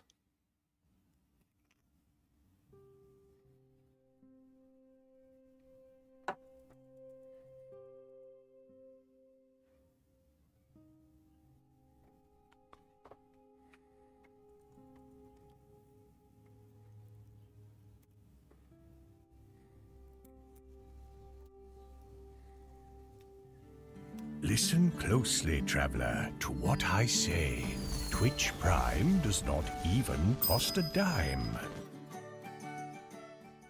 Hey, glitched. Thank you very much, my friend. Thank you for the 15 months and the kind words. Thanks for being a supporter of my 13 years here. Appreciate it.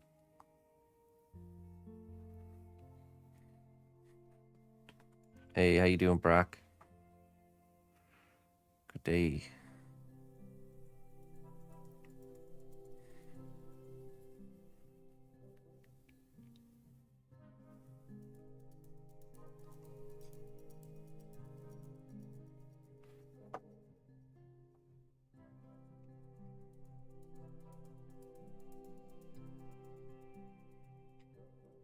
It's a good day, for sure. For sure, man. How's the surveying going? Have you surveyed today? Surveyed many things today?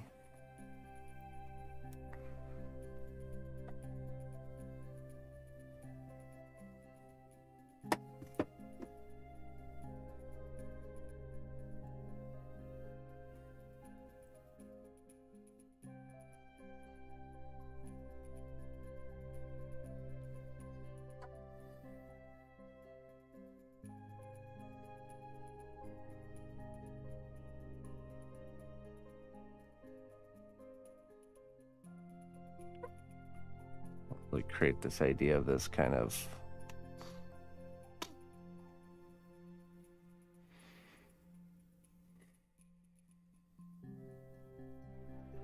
new condos, all right. Building, always new things being built, huh?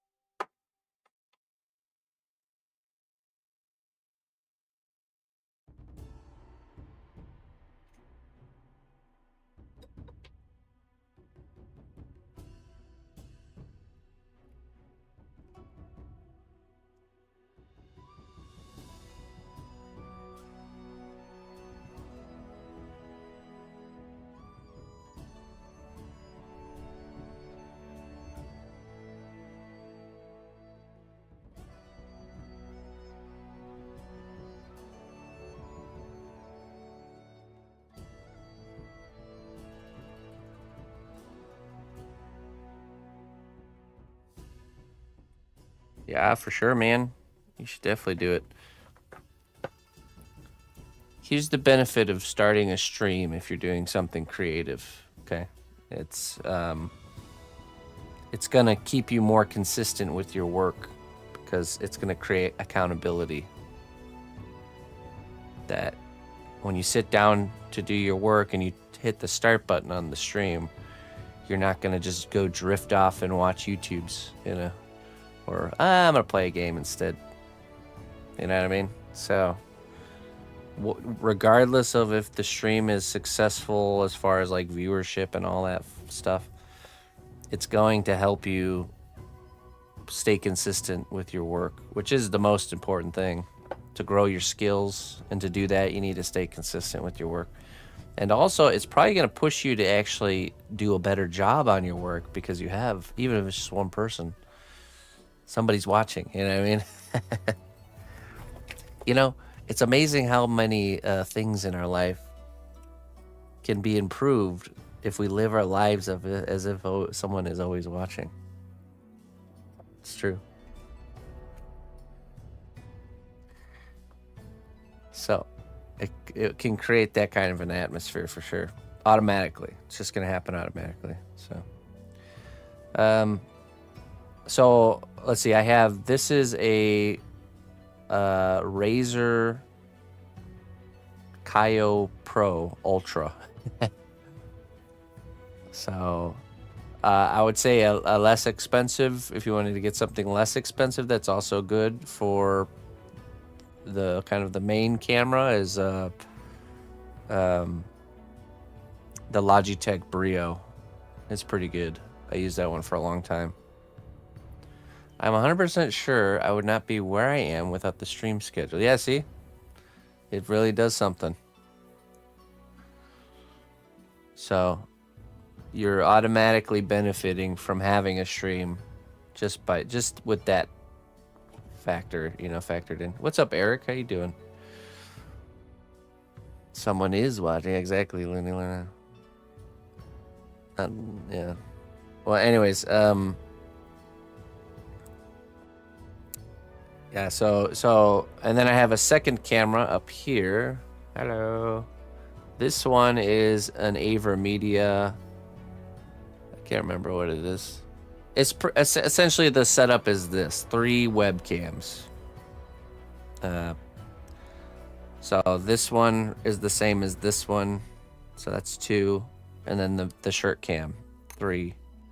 Now, the cord I have for this is actually a VR headset cord. Do you think it makes a big difference having a face cam? I think if you're not comfortable with it, then just start without a face cam. Because I started without a face cam 13 years ago when old cnotbusch started. I just had the shirt cam. I didn't have the face cam. It didn't take long before I added the face cam. But yeah, if you don't feel comfortable with it, you don't have to. There's lots of people that don't. So yeah, I think it is good to have, but it's not totally necessary. What's up, Coffee? How you doing? Lama Cray. Thank you.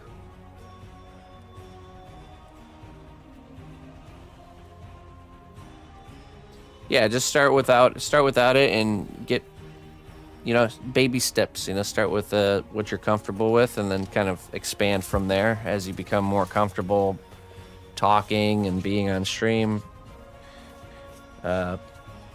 It'll broaden your horizons, and then you can add a face cam and all that fun stuff. Can we see the dragon? Yes, you can. Yes, you can. Let me just grab some coffee first, and then I will show you. If you. Okay, so then you have now the microphone situation. I'm actually using the headset microphone for this new Logitech headset because most headset mics are really bad. But this one, they really put some of that budget for the headset into the microphone. It's actually really good. So So I use the headset microphone. But you can get a studio mic, which is just, you know, I think I had the Audio Technica AT2020. And then I switched from that. That one's, it's pretty inexpensive and it's pretty good. And then I switched from that to a Rode shotgun microphone, which I used for a while. But it was a really old one. Then we switched to the headset mic when we had that Logitech situation.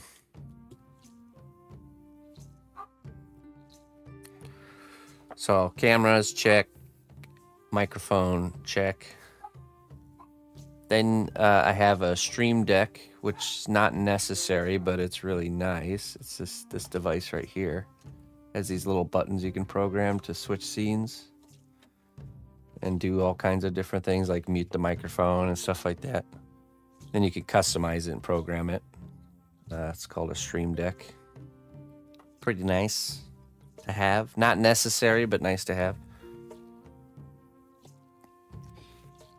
And other than that, it's just the computer with OBS Studio.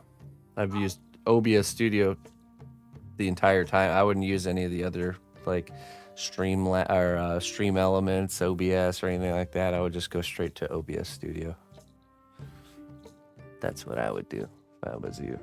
It's a little wonky and weird to get used to at first, but it becomes it's free and you'll figure your way around it for sure. So, and then yeah, it's just a matter of watch like a tutorial on how to add like cameras to your, like to build your, you know, the overlay and placing the cameras and figuring all that stuff out. So, oh, nice Kitsune. All right, here's the dragon.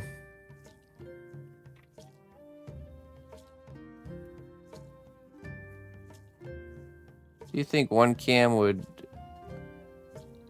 Yeah, so one cam, yeah, okay, so here's the thing. This is the reason I have two cameras, personally.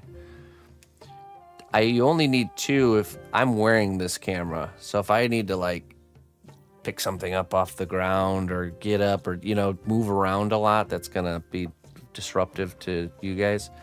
I have to have this second camera to switch to, so. So it's not necessary to have 3 cameras. You could just do one but have it like maybe mounted on a solid tripod or something to begin. But you want to try to always give the best kind of perspective, and what you'll start to do is you'll start to subconsciously be aware of what the camera's looking at, if it's in focus, all those things, you know. So at the beginning it's going to be a little bit of like a, you have to consciously make sure that stuff's working and looking good and all that stuff, that everything's in frame, but you get better at it and it becomes like a background process. So epoxy sculpt, I've used epoxy clay before. Yeah, it's not as nice to work with as polymer clay in my opinion, but it is really you can make some really cool, people have made really cool things, and you can make really cool things with it.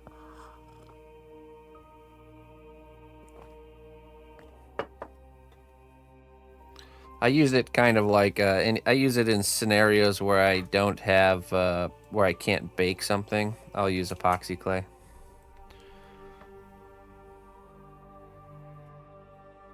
This really is looking like it's flying through the air a little bit, so we're on the right track here. Maybe another one kind of like this. Oop. Do you find it annoying at first, the mounted camera on you? Oh yeah, it takes a lot of, it's very invasive. For me now, I don't even notice it, to be honest. I actually feel weird when I don't have it on and I'm sitting here working, so. But yeah, at the beginning, it's a pain in the butt for sure. Something to get used to.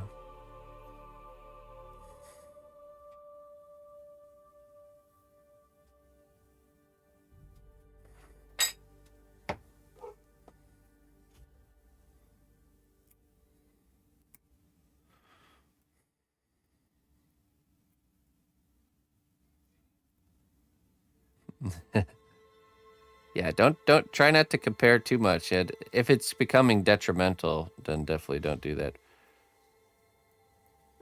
Here's the thing, okay, and I used to struggle with this too. When you look at other people's work that have been just doing it longer than you have, it seems like there's no way I could get to that level. You know what I'm saying? It's like, and I used to think that too when I would look at other professionals that have been doing it for decades and stuff, and you compare yourself to them, and it's just an unfair comparison, because the reality is you can do what they're doing. You just have to put the time in. You know, there's just a missing part of the equation, you know, and that there's not people wandering around out there in the world with these golden spoons of magical talent, you know, that they earned it through hard work, and you can earn it too. So just always remember that, you know.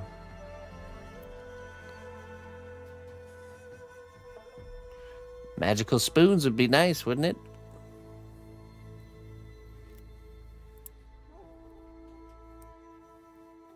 Magical spoons of talent. Oh, we could make something like that and sell it.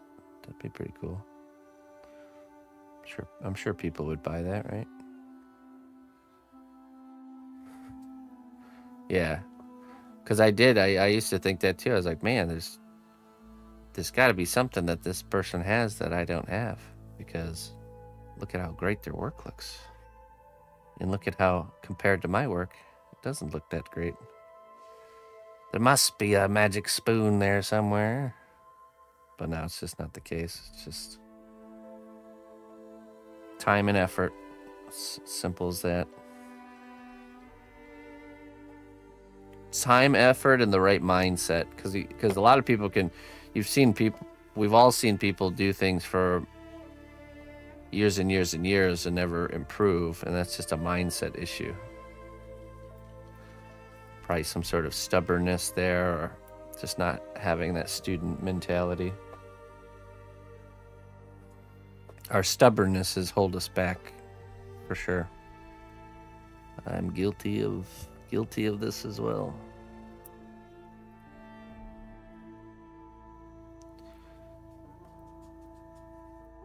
All right, Looney Lorna.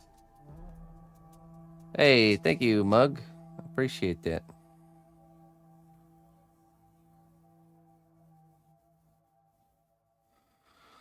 Good, Kitsune. Yes. Always that's a fair comparison to make. Is look at your work today and compare it to your work yesterday. You know what I mean? And if it's improving, then you're on the right track.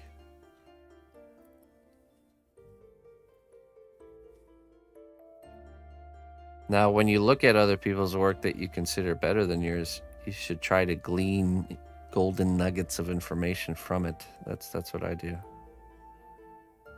Like, how did they do that? What process are they using?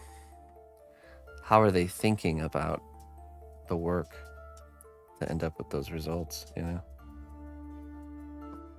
These kinds of things.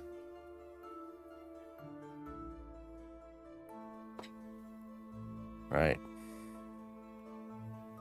Absorb.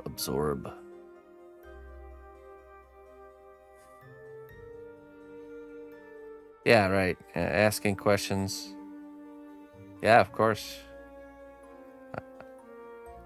I have done the same thing, and therefore, that's why I have no problem with people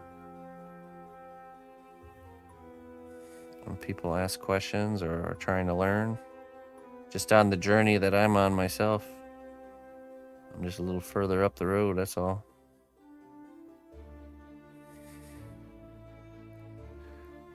It's like we're on a big hiking trail, and you've just started your journey down the trail, and you see me down the cliff, and you shout, "Hey, how'd you get down there?"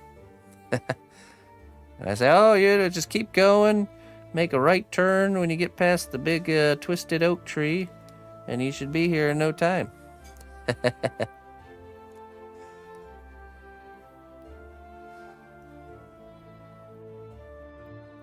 I think creative, I think it's tough because you get good at a thing and it feels comfortable, but to improve, you have to come out of that bubble. Yeah, for sure.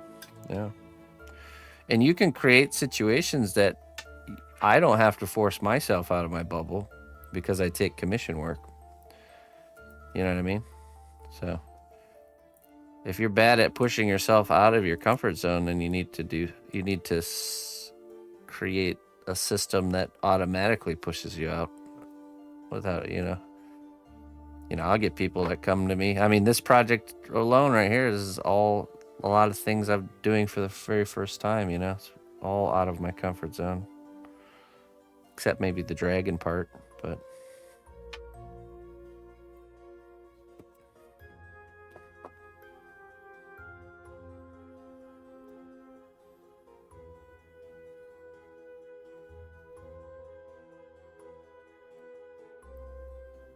commission work is great for pushing you out of your comfort zone.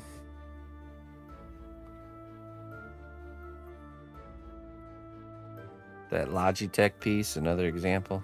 It's almost like every project I do, I'm getting thrown out of. I don't really. I mean, I have a comfort zone, but I don't dwell in it. A little bit, but not too much.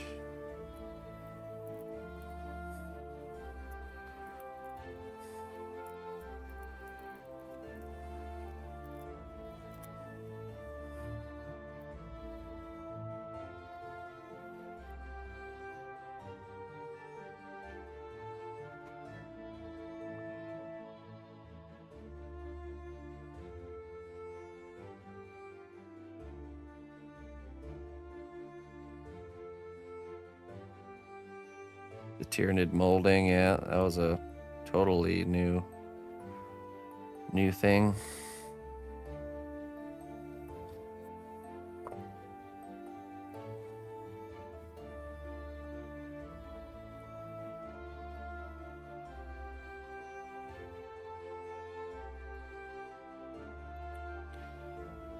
Pretty much a comfort zone is simply something you've done the most, that you've practiced the most and you've become proficient at.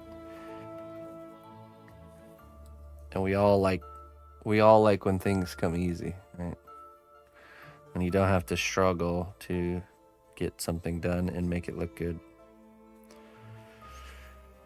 So, but an uncomfortable zone is an area that we can improve. That there's growth. Growth is painful. Did anybody else, when you were younger, when you were in the growing stages of life, used to get really bad growing pains? I used to. Especially in the evening, like in your legs and stuff. This concept permeates through all of reality. Like, growing is painful. You sure did? Yeah, I did too. Emma's like that. She gets them too. Ina says she never really had those growing up, or she doesn't remember having those. But I definitely did. Really badly. This ache. It would always be if you like stayed up too late too. I don't know if you had the same experience, where it's like, if you just almost like stayed up too late to the time when your body normally would be growing and you should be asleep. Oh no, what have I done?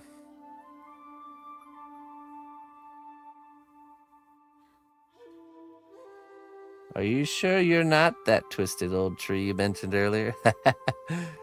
I am the tree. I've just sprayed my hallucinogenic spores into the air, and wary travelers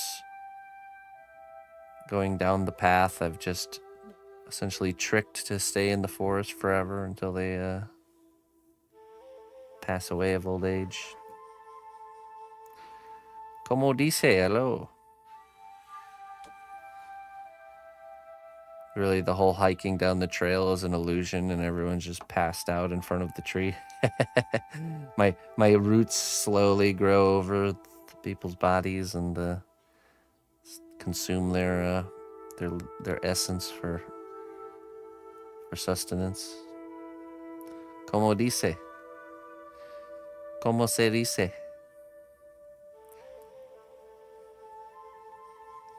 That's the best phrase to learn if you want to learn Spanish from somebody who speaks Spanish. Como se dice? It means how do you say? How do you say? So you can say, como se dice boat en español?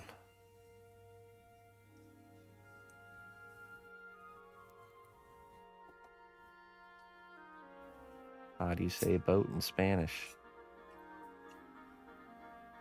I learned most of my Spanish. My first job I had, I worked alongside this wonderful lady named Alma. We worked together every day.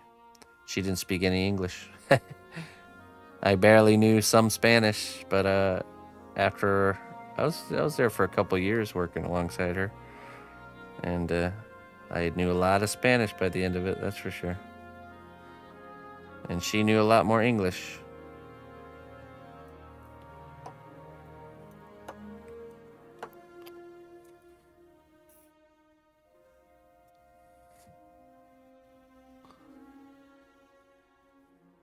Hey, thank you, Looper.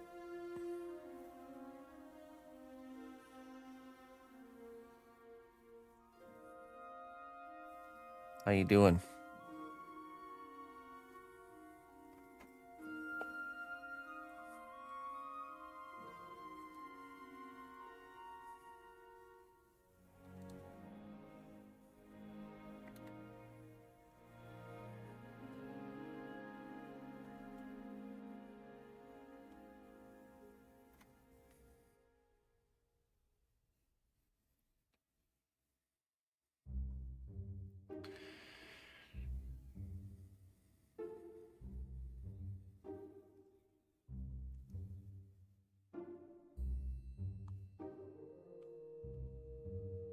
It's this, so we did a resin, we sculpted this out of, actually, you know what? Let me show you. I think we just posted a reel showing this process. Instead of saying it, let me show you it.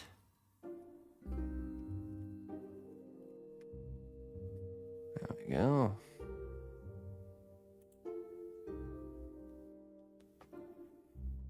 Let's watch the misses. So we sculpted this out of a reusable clay, Chavant. That's what I used here. Sculpted the water, and then we mixed together the silicone for the first layer. We painted on really thin to do like to capture the details, and then I added another batch and did a thickener that made it more like a, you know, more like a paste. And then I did a whatchamacallit, hardened shell on the outside of that. Then we removed the clay, flipped it over, added some clear resin, added some coloring, and then poured it in. And voila. Drilled a bunch of holes.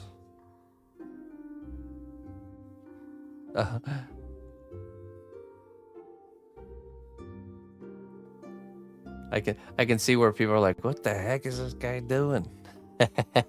Why is there Vaseline now? It's so it didn't stick, so we could remove it. There we go. There we go. All caught up now.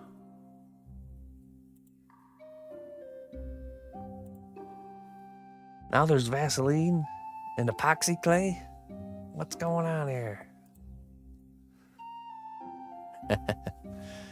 Let's see. Okay, I need a reference here. Let's see. I need let's do like cannon ball explosion. It's bound to be some illustration with explosion with wood splinter.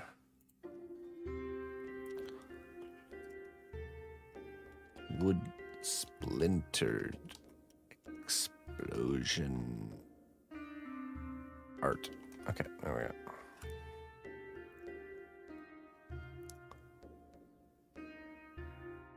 Hey, thank you. Thank you for sharing.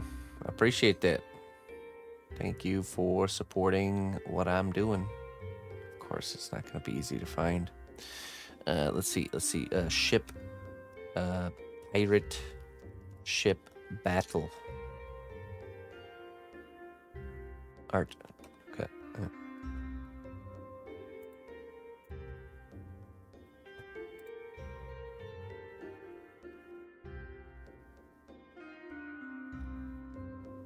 I need that, like,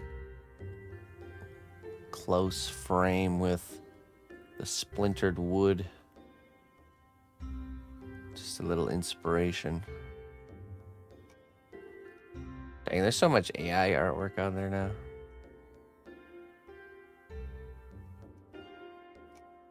I can just tell. You can just tell.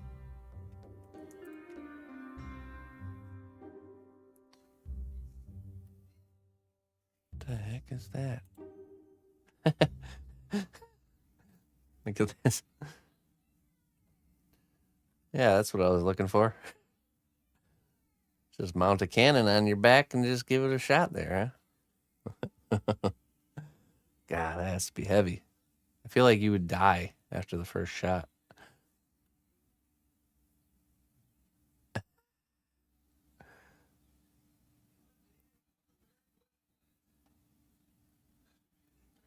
Next class.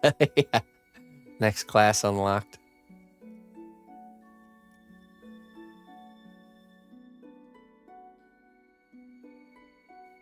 Thank you, Hammy. It's actually the first one I did. The first, like, clear resin work I've done.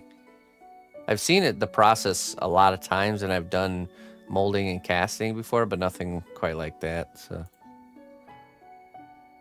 Yes, here we go. Now we're getting some splintered wood. I've picked up the trail. Oh, lost the trail. That's how it is on Pinterest. You pick up the trail and then you lose it.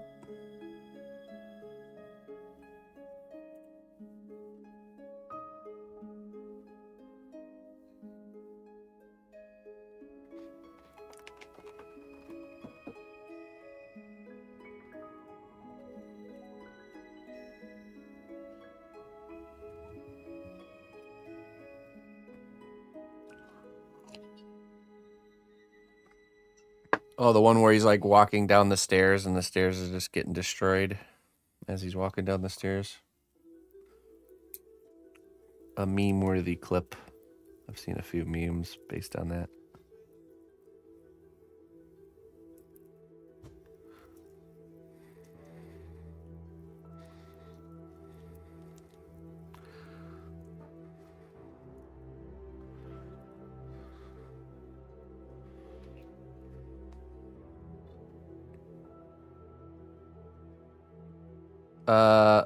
I use a fidget popper thing. It's not actually a pallet. It's one of those fidgety things. A fidget popper or something. Maybe like a little piece out here in the water.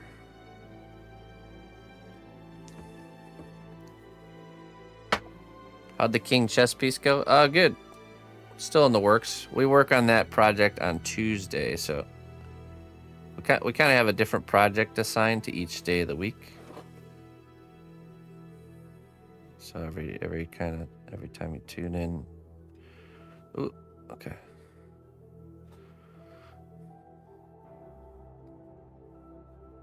Let's get some more debris in the water, I think.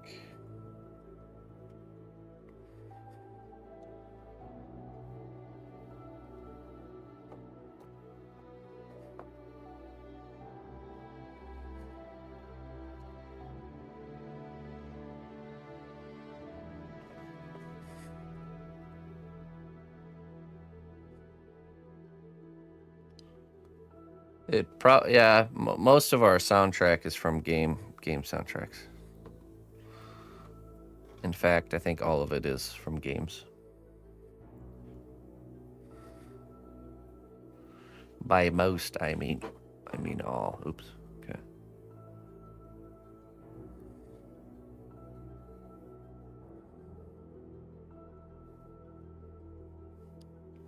Maybe we do like a...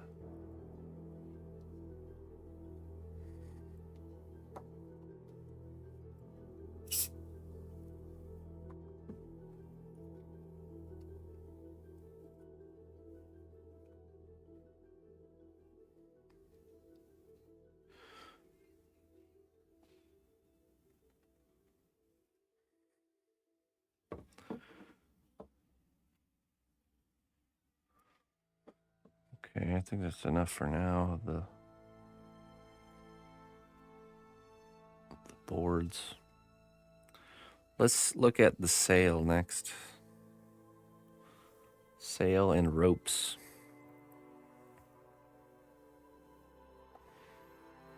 Ropes.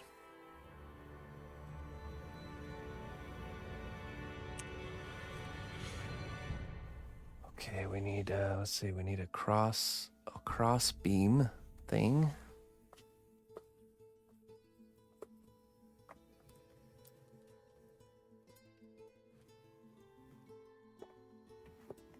I really need to find my bin with all my wood pieces.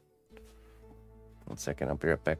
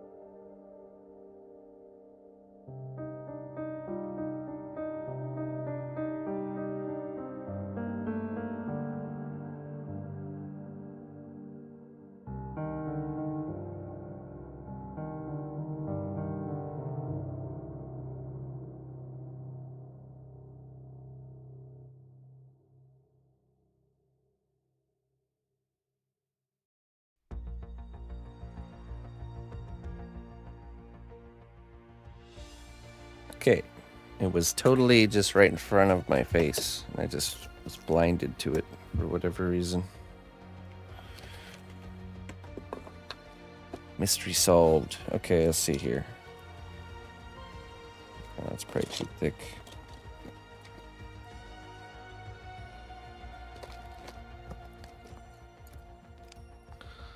Grab some small round stuff.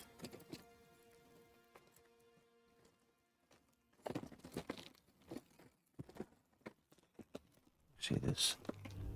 Yeah, shish kebab skewer is pretty good size.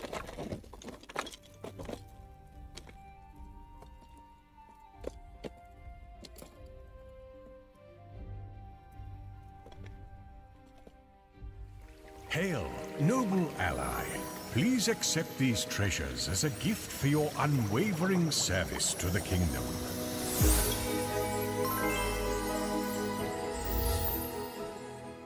Hey, Shuli. Hey, thank you so much for the 37 months.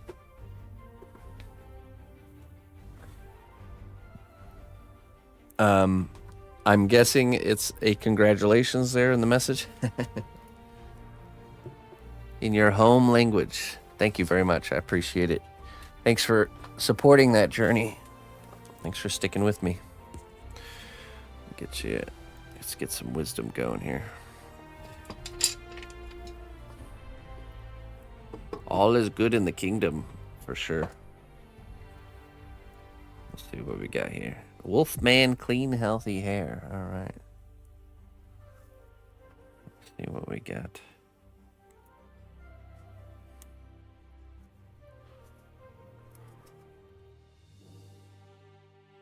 Life's symphony is resplendent with diverse notes.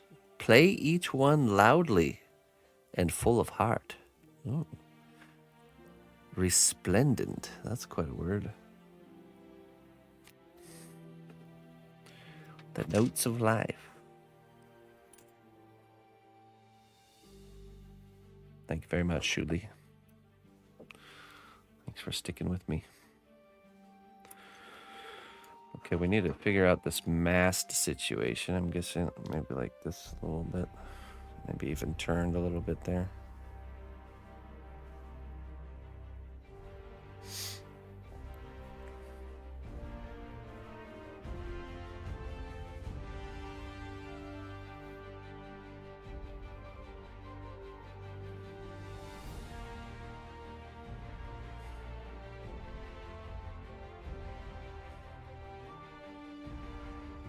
Right here. We need to cut it.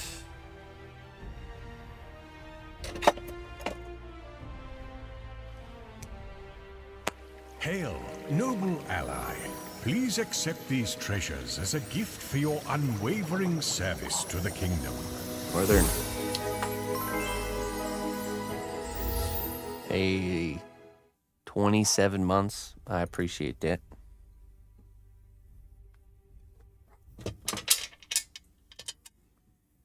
How you doing, Northern?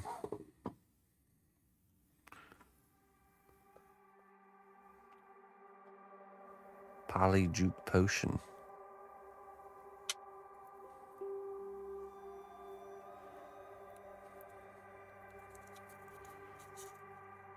Be careful with whom you trust. Pay close attention to their actions, not just their words. Isn't that the truth? Words can be deceitful. I suppose actions can be too. But deception can only be held up for so long. Time always reveals the truth behind it. Doing good, working and lurking. Yeah, I appreciate it. Well, thank you so much for sticking with me. Thanks for your support. We shall get work done together, my friend.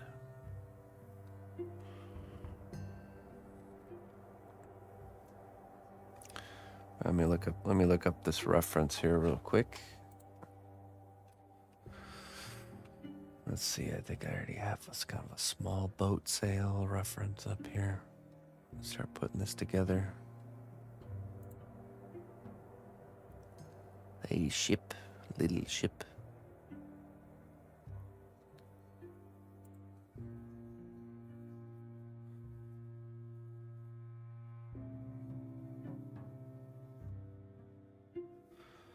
Oh, we might even do one of those kind of sails where it's just like a,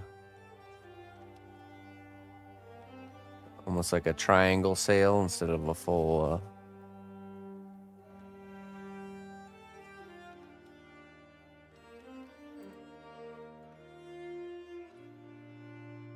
I could see that triangle sail.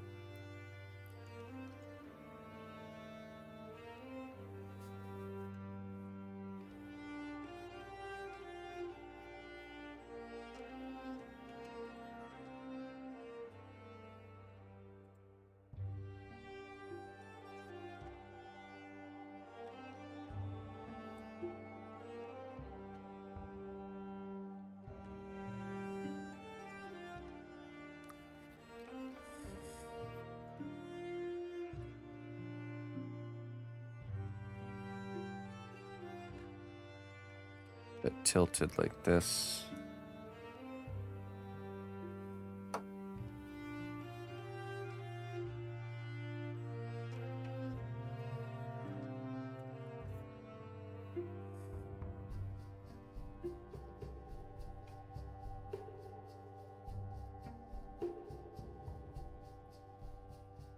Oh, it's a little bit not centered. Oops.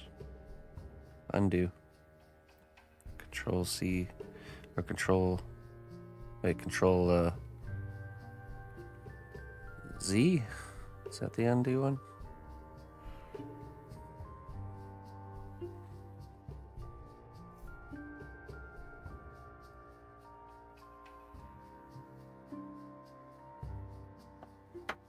Okay. Now there's a little trick with embroidery floss and super glue. Have an interesting reaction together. We're going to use that here.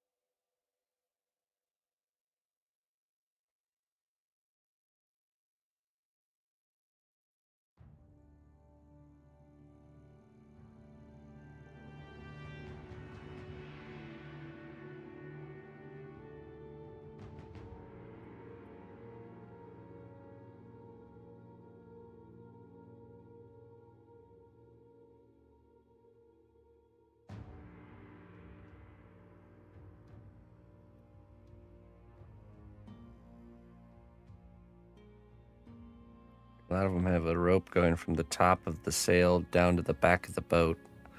We're gonna, that will have been snapped here.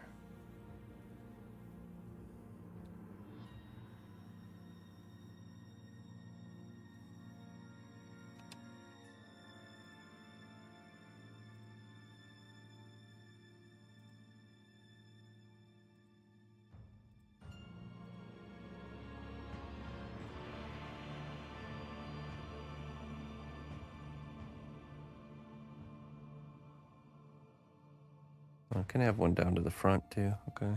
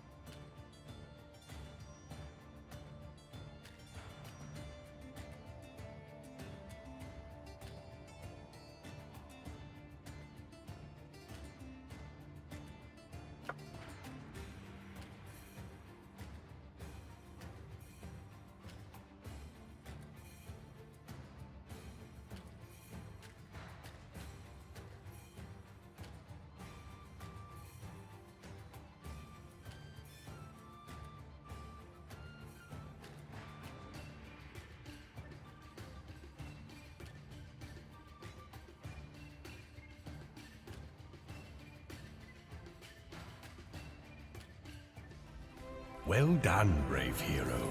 Your labor has borne fruit. Enjoy these goods as a reward for your dedication.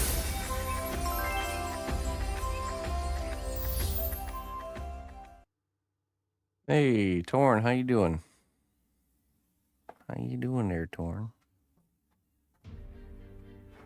Hey, thank you very much. Thanks for being a part of it with that 18 months of support. I appreciate it.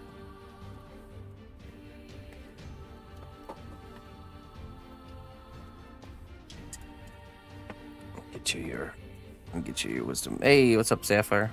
Thank you. Moon dust.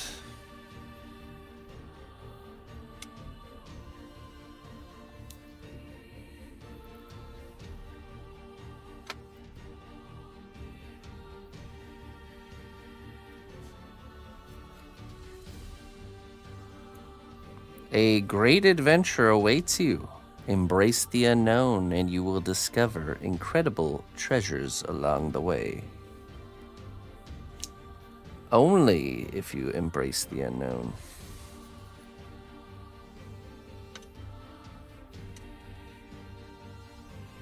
Just like Bilbo Baggins.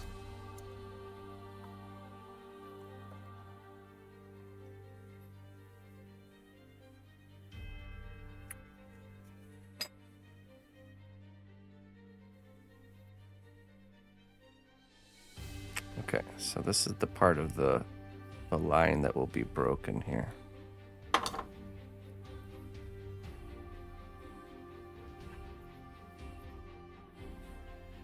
Afraid.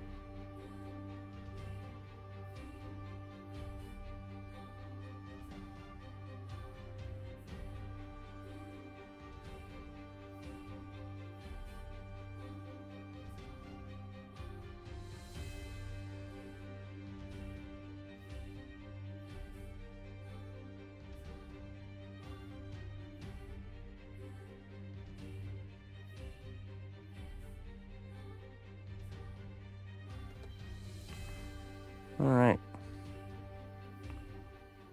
I don't think we need to glue this, but yeah, there we go. That's a cool thing you can do with super glue and embroidery floss.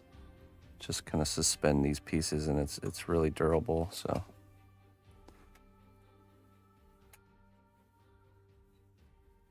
Add some action to our little scene here.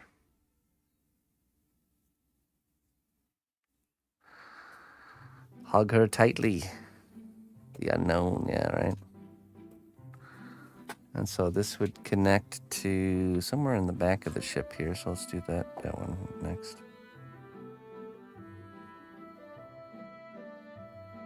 Let's say probably about this much.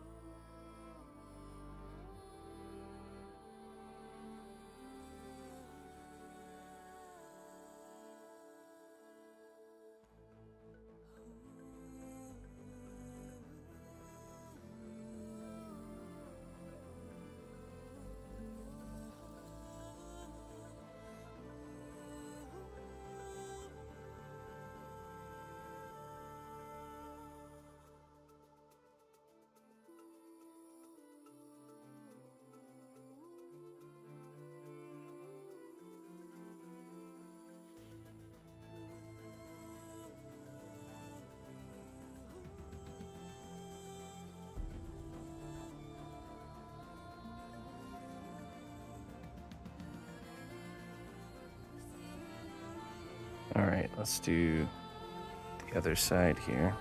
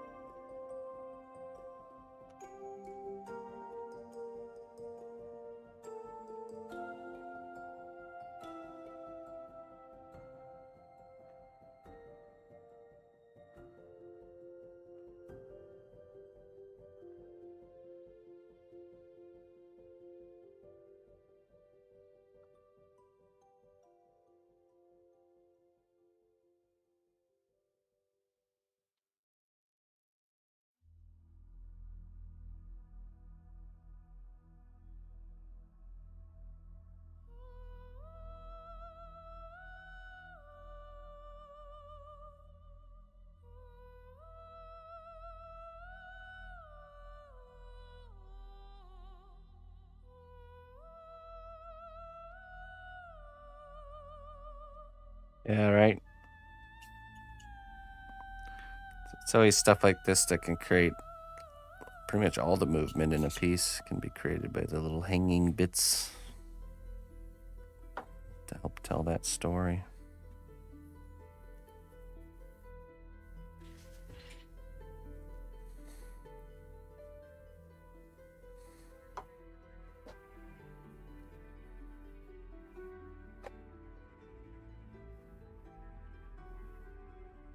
Right. Now, this technique I discovered with the embroidery floss was a total accident. I accidentally got some super glue. I was using the string for some other reason, and then accidentally got the super glue on it, and then realized it was actually really applicable.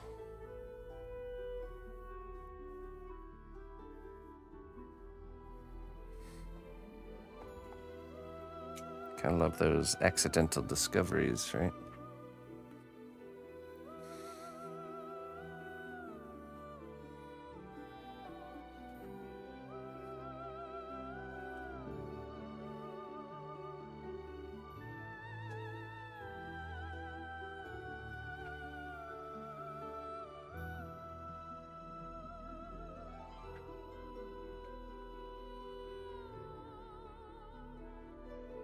This piece of wood right here is a good one. Really, it gives that illusion of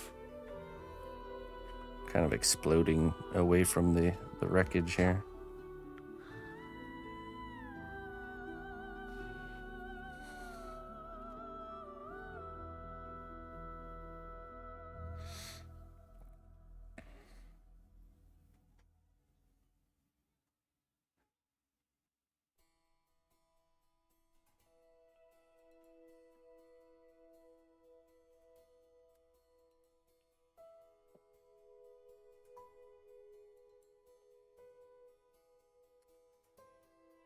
Okay, I'm wondering if we should try to figure out what we're doing with the sail next here.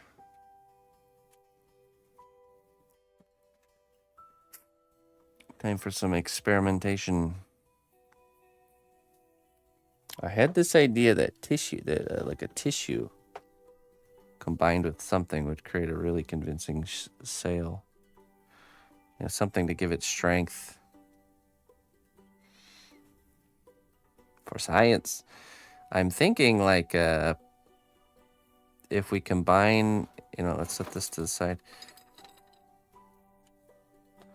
No, not hot glue would be too cumbersome. See how it already has the natural kind of folds that would have at that scale? I think if we essentially impregnate it with liquid cast clay and then bake it, it could create a really good result. Kind of like with the cotton.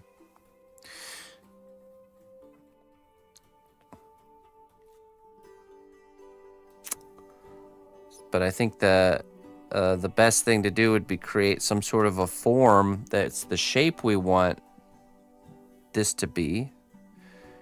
And then that way it's not kind of, something to support it. Probably aluminum foil, to be honest.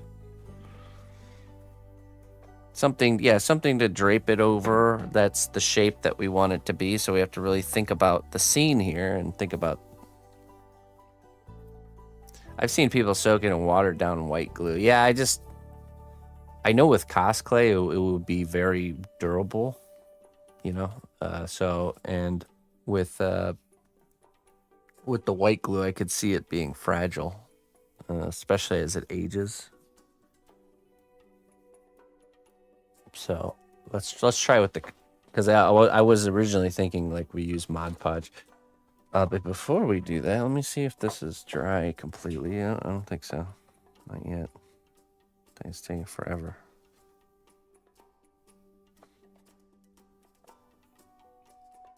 Yeah, it's still not dry completely. Okay, let's take some foil and create a... You know what? Let's do foil and hot glue, actually.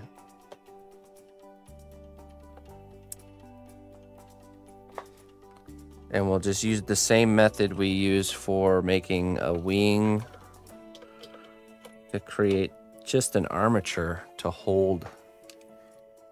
Okay, I got this plugged in, this heated up. So I suppose the first thing we should do is actually cut the size that we need the sail to be out of this tissue.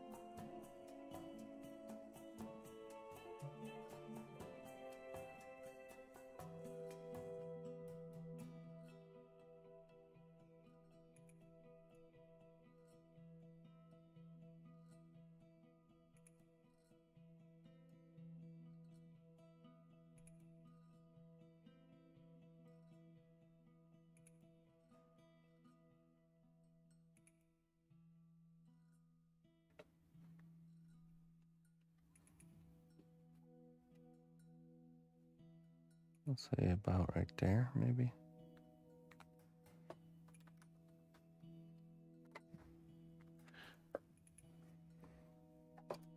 I saw my scissors. Oh.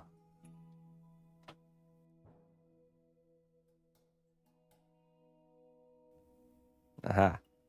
Scissors.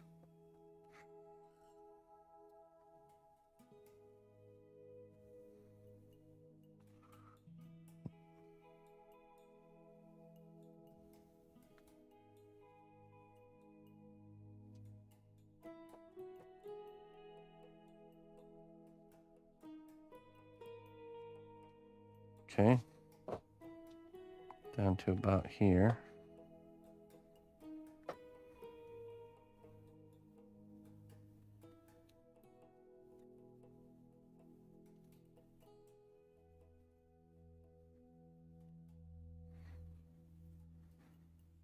It's not even. Even it out. Oh, drop it. Pick it up. Even it out.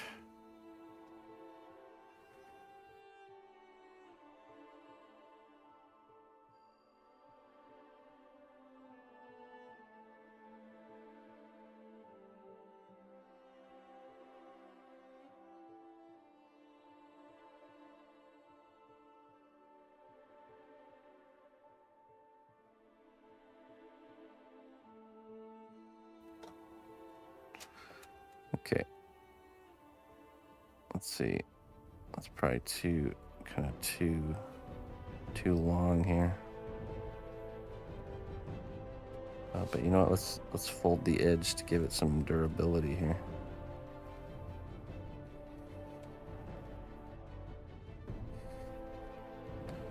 Also want the bottom of the sail to be more destroyed, so.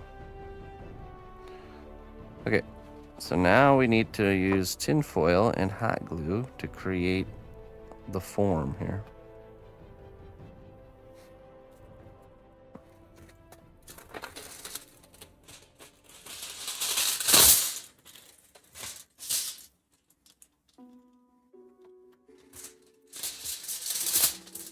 Let me mute this part.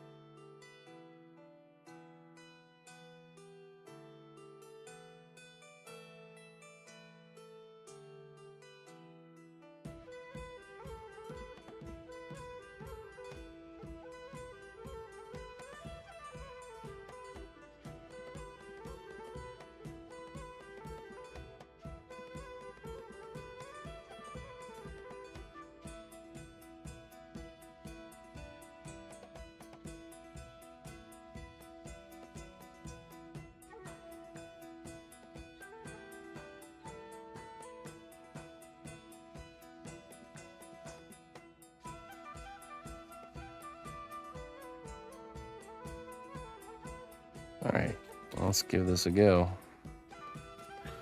I need like a. Let's use tissues. Okay.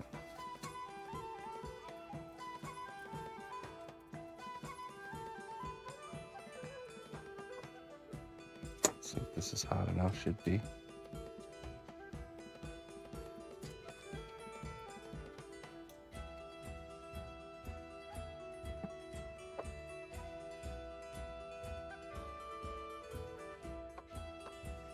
Okay. There we go.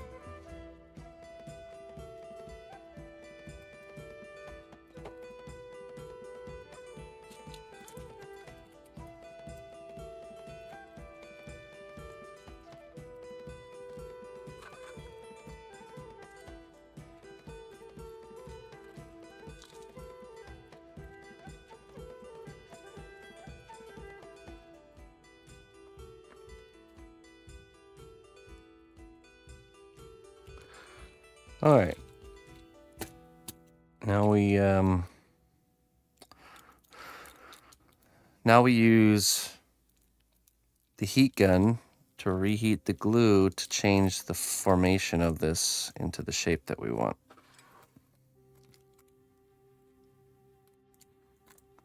I should have waited to do this string here in the front. Oops. Let's see. Hindsight's 2020. All right, we'll just line it up like this. So we want kind of pushing forward. Maybe one of the corners even comes loose and is flapping in the wind. This corner's still hanging on. This corner is completely destroyed almost. So.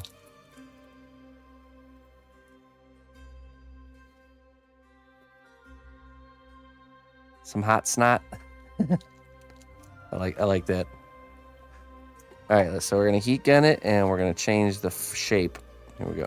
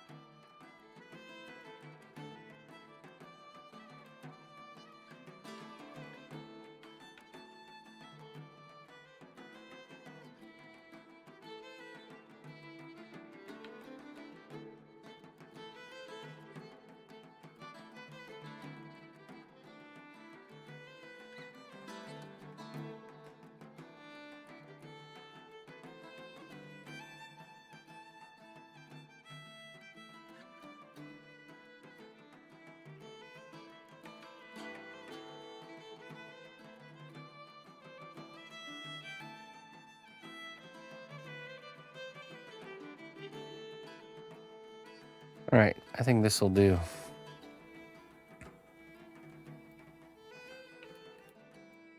Hey, Chrome, thank you. Hey, that's awesome, Looper. Yeah, I'll definitely check it out. You definitely you're well versed in the traveling streaming arts, so thank you. I appreciate that. Yeah, we Hail, noble ally. Please accept these treasures as a gift for your unwavering service to the kingdom.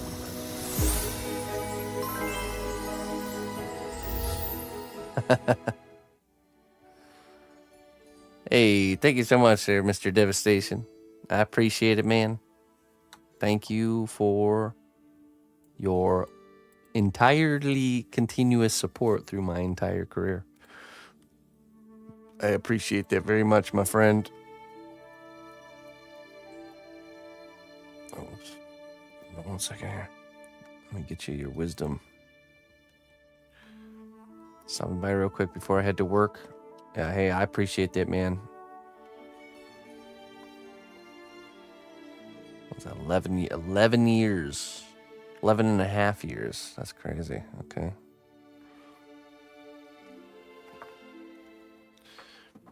Let's see here.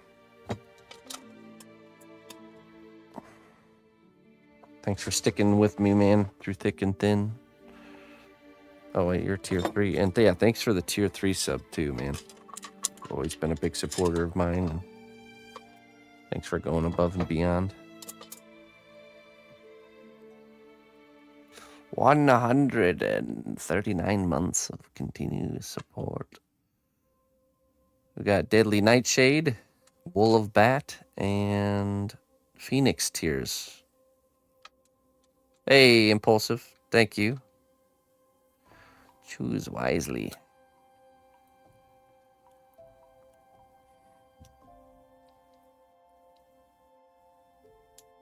I have a little question when you heat the foil. Yeah, sure. What's your question?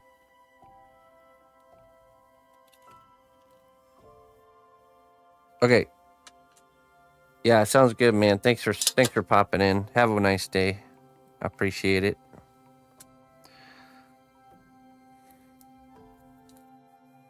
Have a good one, man.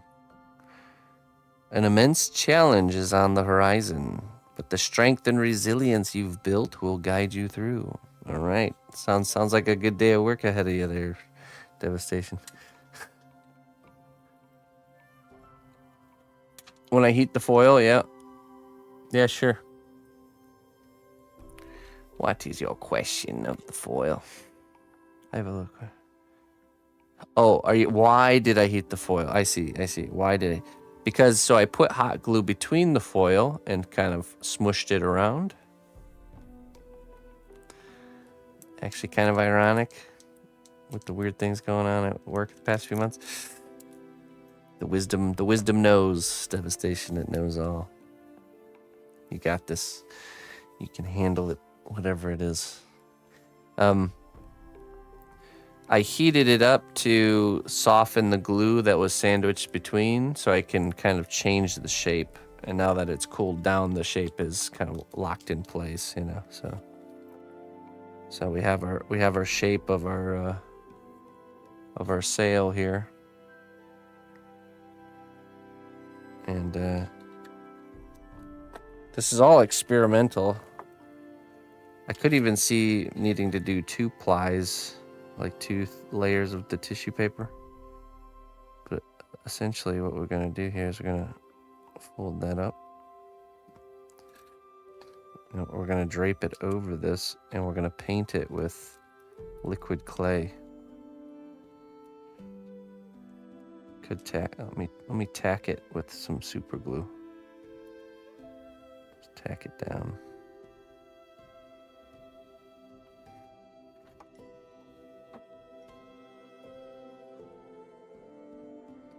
I dropped my activator.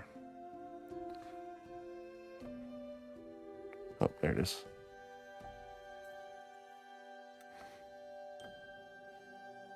Oh.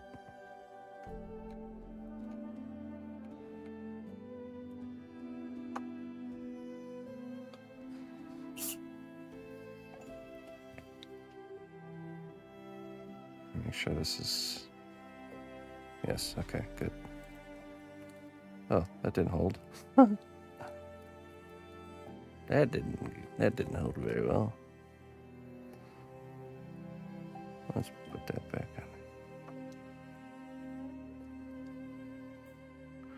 on. Okay, so now we take Stretch FX here. Liquid polymer clay. Stretch FX. And we're going to... oh.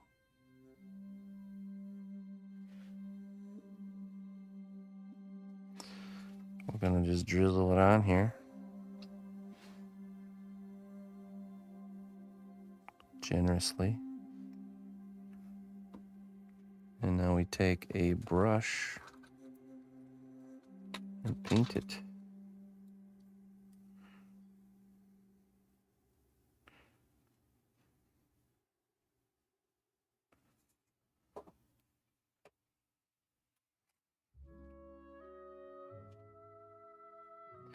I should have, you know what I should do? I should put some down here first.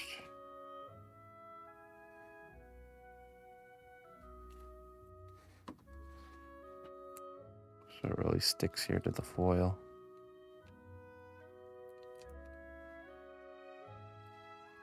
Okay.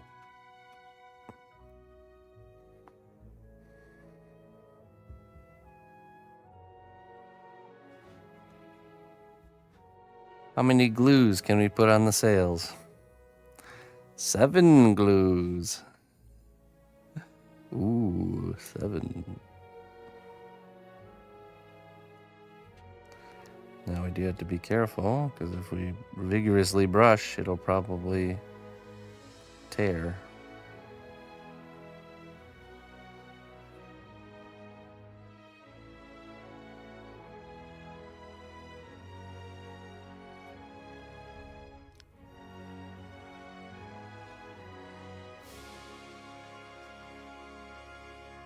Seven glues for the 7 seas. A little bit more up here in this.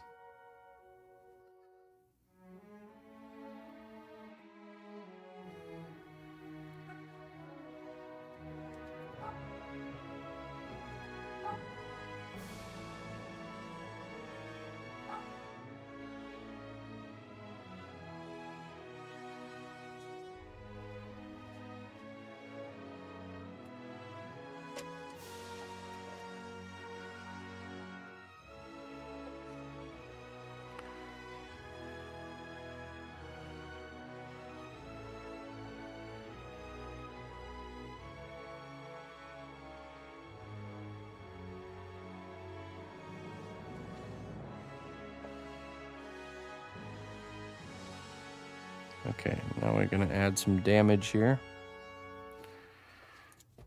On this end that's kind of flapping in the breeze. Let's use this tool. I'm going to carefully score it.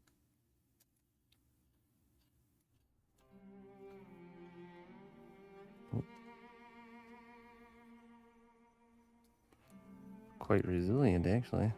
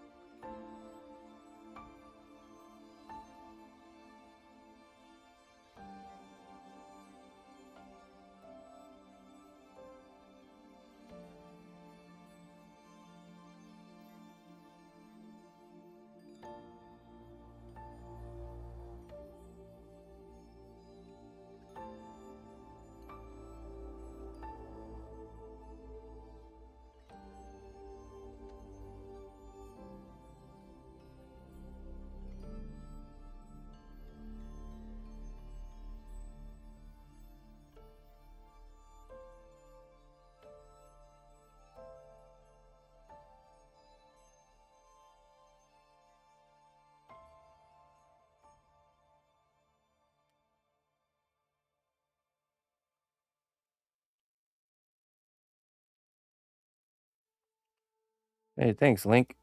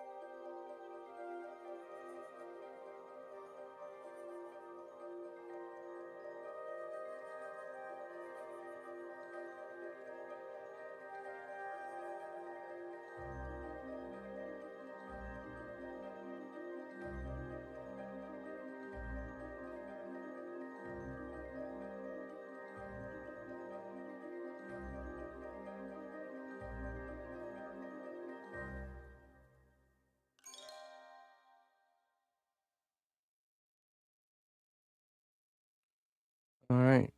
I think we should bake this and see how it looks. See how it holds up.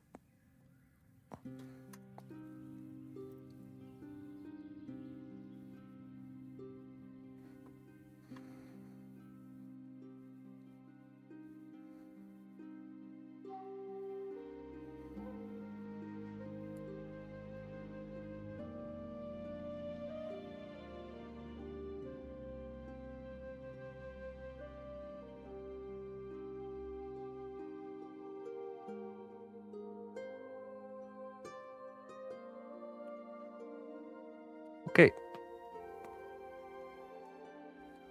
I'll get that tossed in the oven, and we'll kind of switch gears here and work on something different while that's cooking.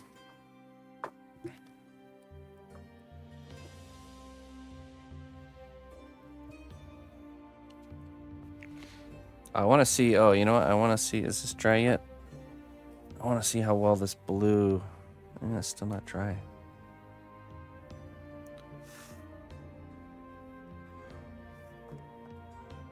It might be dry enough. Let's just see how this is looking. Let's see if this is the right blue. Oh.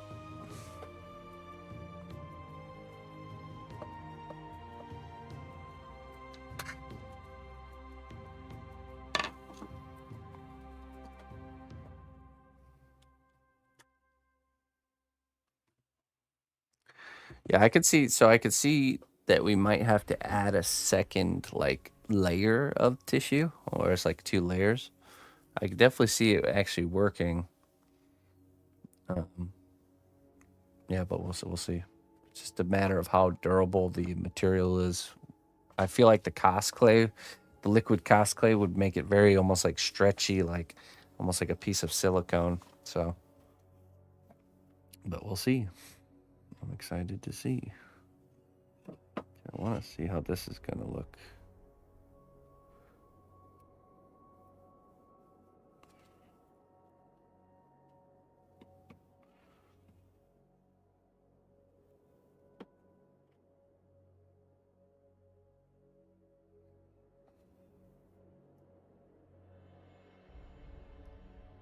Yeah, you don't even really see the blue, to be honest.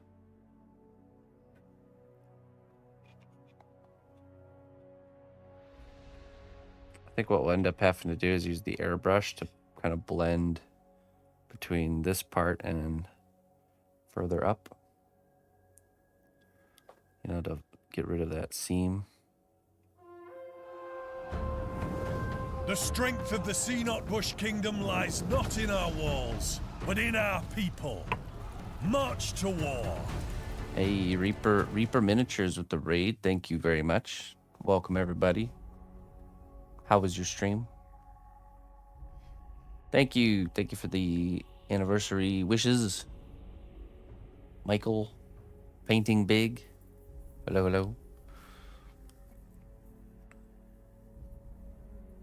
How are you? What are you creating? We're creating a scene from a DnD campaign. We were commissioned to create this scene of this dragon, this blue dragon, kind of destroying a boat. And so this is where we're at so far. Where we've created the water, we're creating the boat. There's going to be a LED rope light going between the dragon and the kind of like a little beam coming out of his mouth into the ship. Here's the dragon. So it's kind of like he was swooping in, split the water with the little breath weapon. As a gift for your unwavering service to the kingdom. It's coming together. Kind of like a shipwreck.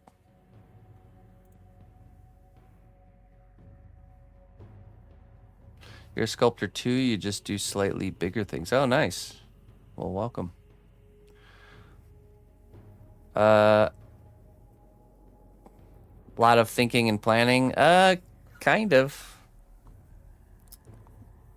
Kind of just get, I mean, I do, so what I do is I do a sketch of a piece before I start. So I sketch this whole thing in like a really rough way using reusable clay to kind of get a grasp of the project, and then I figured out how I was going to do it from there. So far it's been working out pretty good. Roger, thank you so much, man. Thank you for the 53 months and the anniversary wishes. Thanks for supporting me during them years, my friend.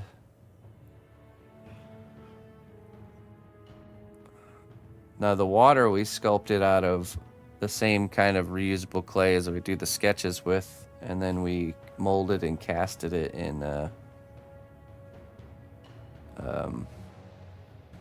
clear resin.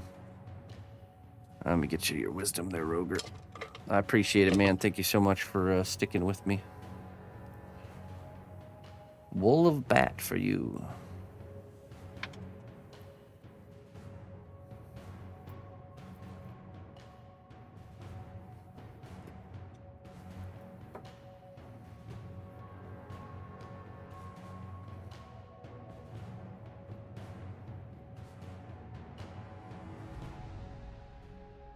You want to see what it'll look like when it's finished? Me too. Your curiosity is a force to be reckoned with. Keep exploring and you will discover new passions and interests. There you go. Get to exploring there, Roger. What kind of work do you do there, Anador? Are you doing like large bronzes or something like that? Bronze cast?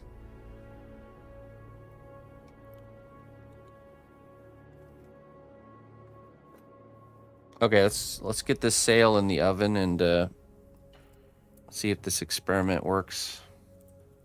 I have high hopes. I think it will do well. I could see maybe needing to do it again because we want it to look a little bit different, but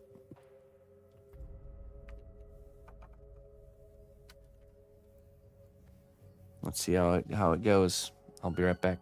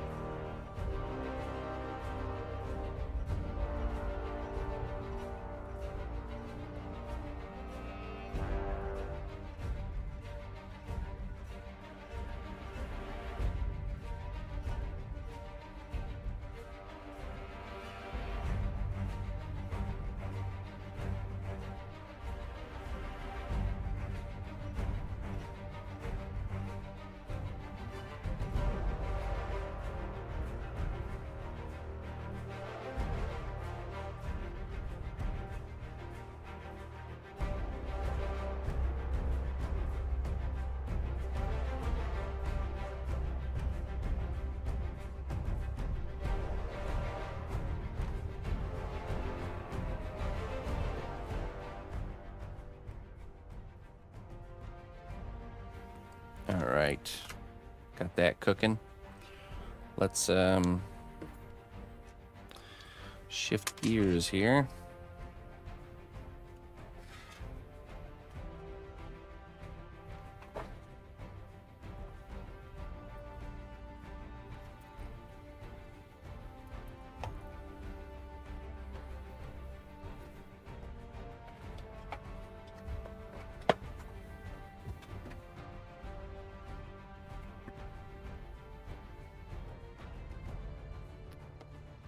Keep working on this skeleton pirate arm here. Bony hand.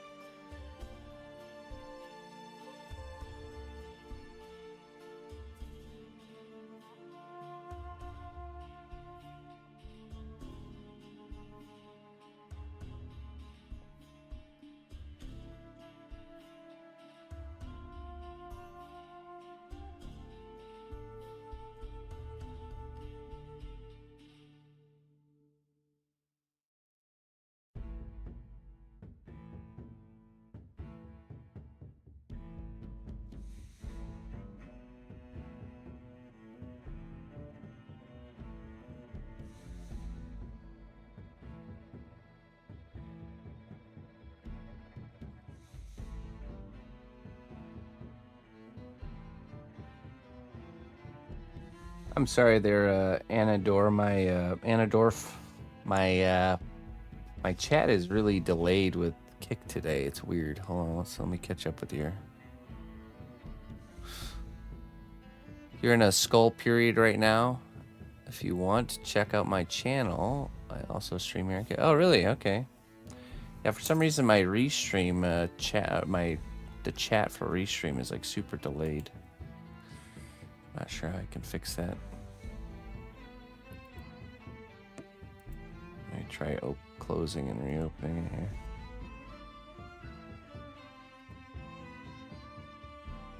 There we go. Ah, I see. Even your profile picture is a skull. Oh yeah, you are going through quite a skull phase. Oh, I already follow you. Nice.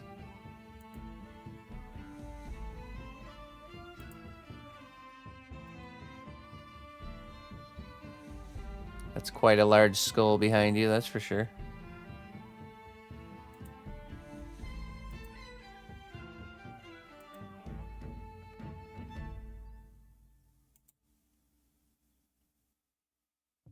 Nice, man.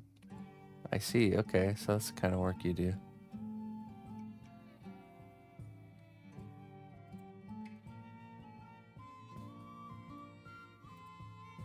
Wonderful.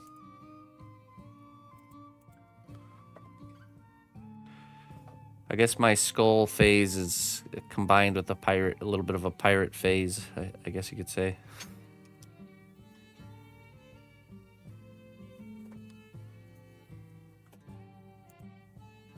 Hey, thank you. Thank you, Captain.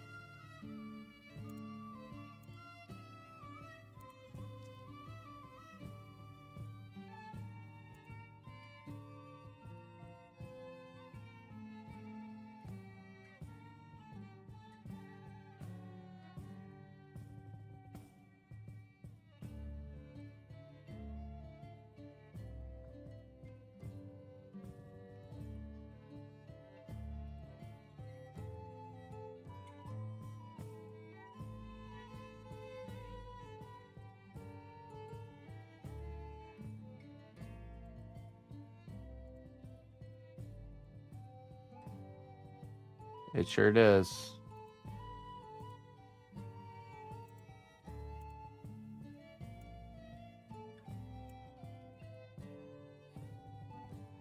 Hey, it's been good, Be Diesel. It's been good.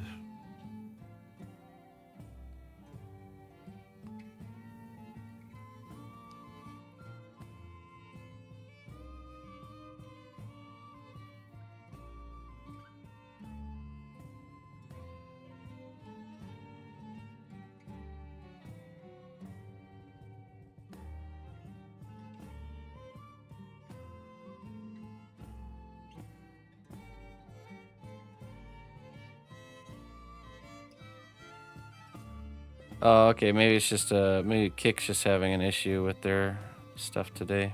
Nice. It's buggy on your guys' end too.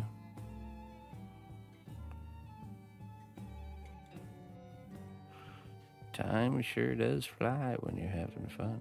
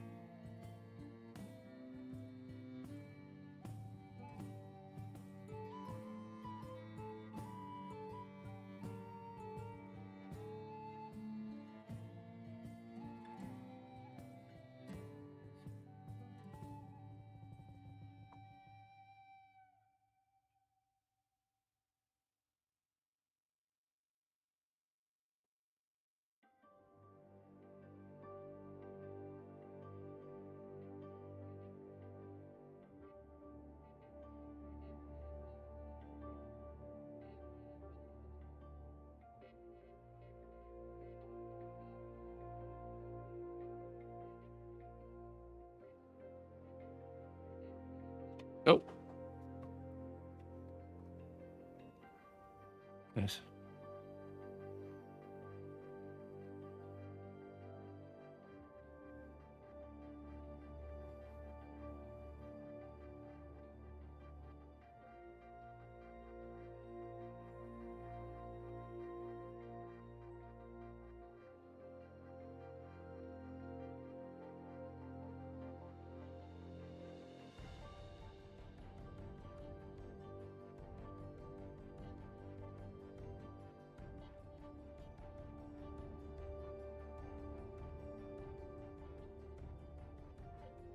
Yeah, right. Yeah, we got the blue dragon. The piece that we're working on today is currently cooking, so we switched gears here to this your skeleton pirate.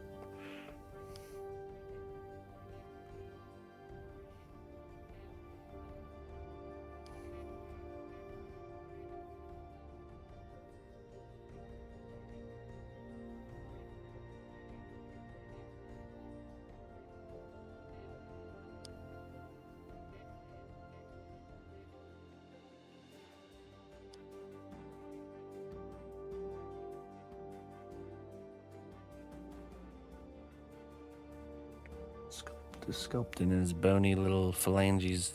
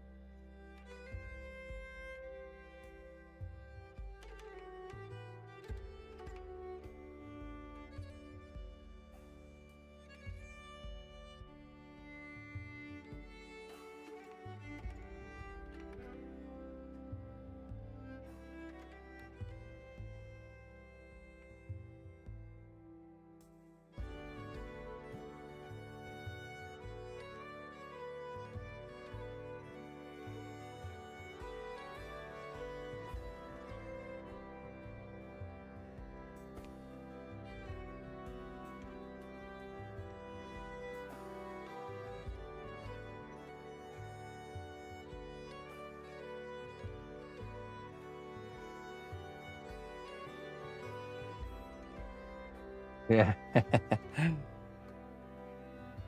That was the water on the base, but it's funny, isn't it? It left its traces behind.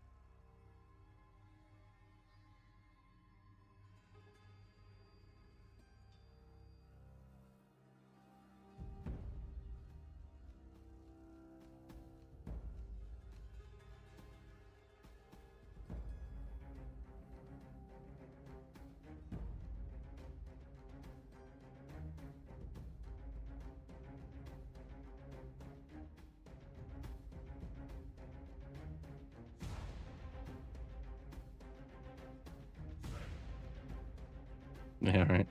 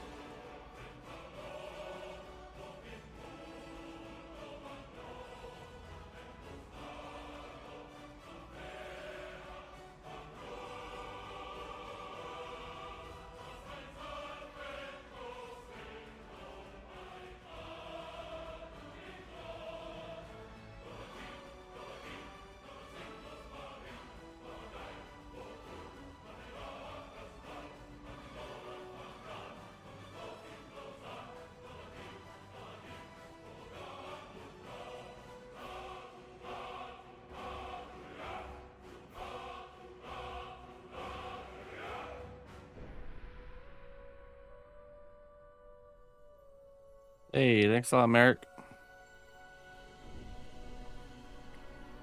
Thank you very kindly.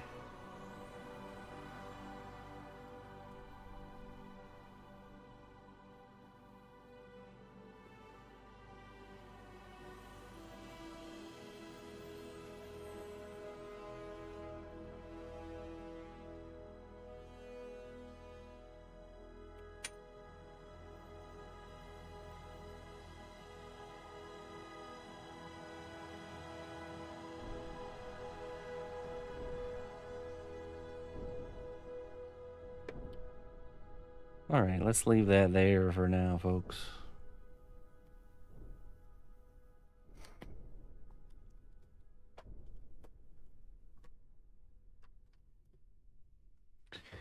I'm gonna get out of here, get some food cooking before we gotta leave for Emma's dance this evening.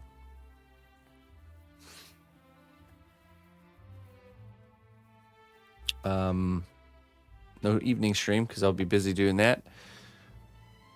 I'll be back on tomorrow morning and we'll be working on Morgoth. Continuing to, I think we got his lights done. I think we just need to finish his base and then he's in the painting phase. So, oh yeah, we got to finish our magnetic door on the back of him. That's what we're working on. And then in the evening, we'll be on day number 1 painting Captain Sabretooth. So we'll be doing some painting tomorrow evening. Yeah. Exciting. Good stuff. Okay. Yeah, thanks for joining me, everybody. Thanks for all the partner anniversary warm tidings. I appreciate it. And yeah, it's crazy. Crazy how much time's gone by, that's for sure. Glad to be here, still doing my thing. So thank you very much for everyone who tunes in and supports me in all the different ways that you guys do. So thank you very much for that. Let's find someone to raid. And we're going to get on out of here.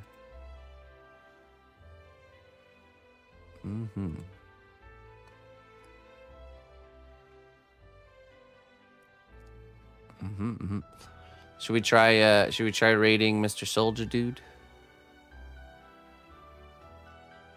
See if his sound is working this time. Yeah, let's do it. Only got one person in there. Let's go raid Soldier Dude. Here's to another year. That's right. Here, here. Here, here to another year. We'll take what we can get. Nobody's promised tomorrow. Take it one day at a time. Okay. There we go. Got you guys locked in to check out Soldier Dude. He's a newer to the streaming game and up and coming sculptor. So let's go see what he's up to. All right, folks. I'll see you tomorrow. Till then. Bye-bye.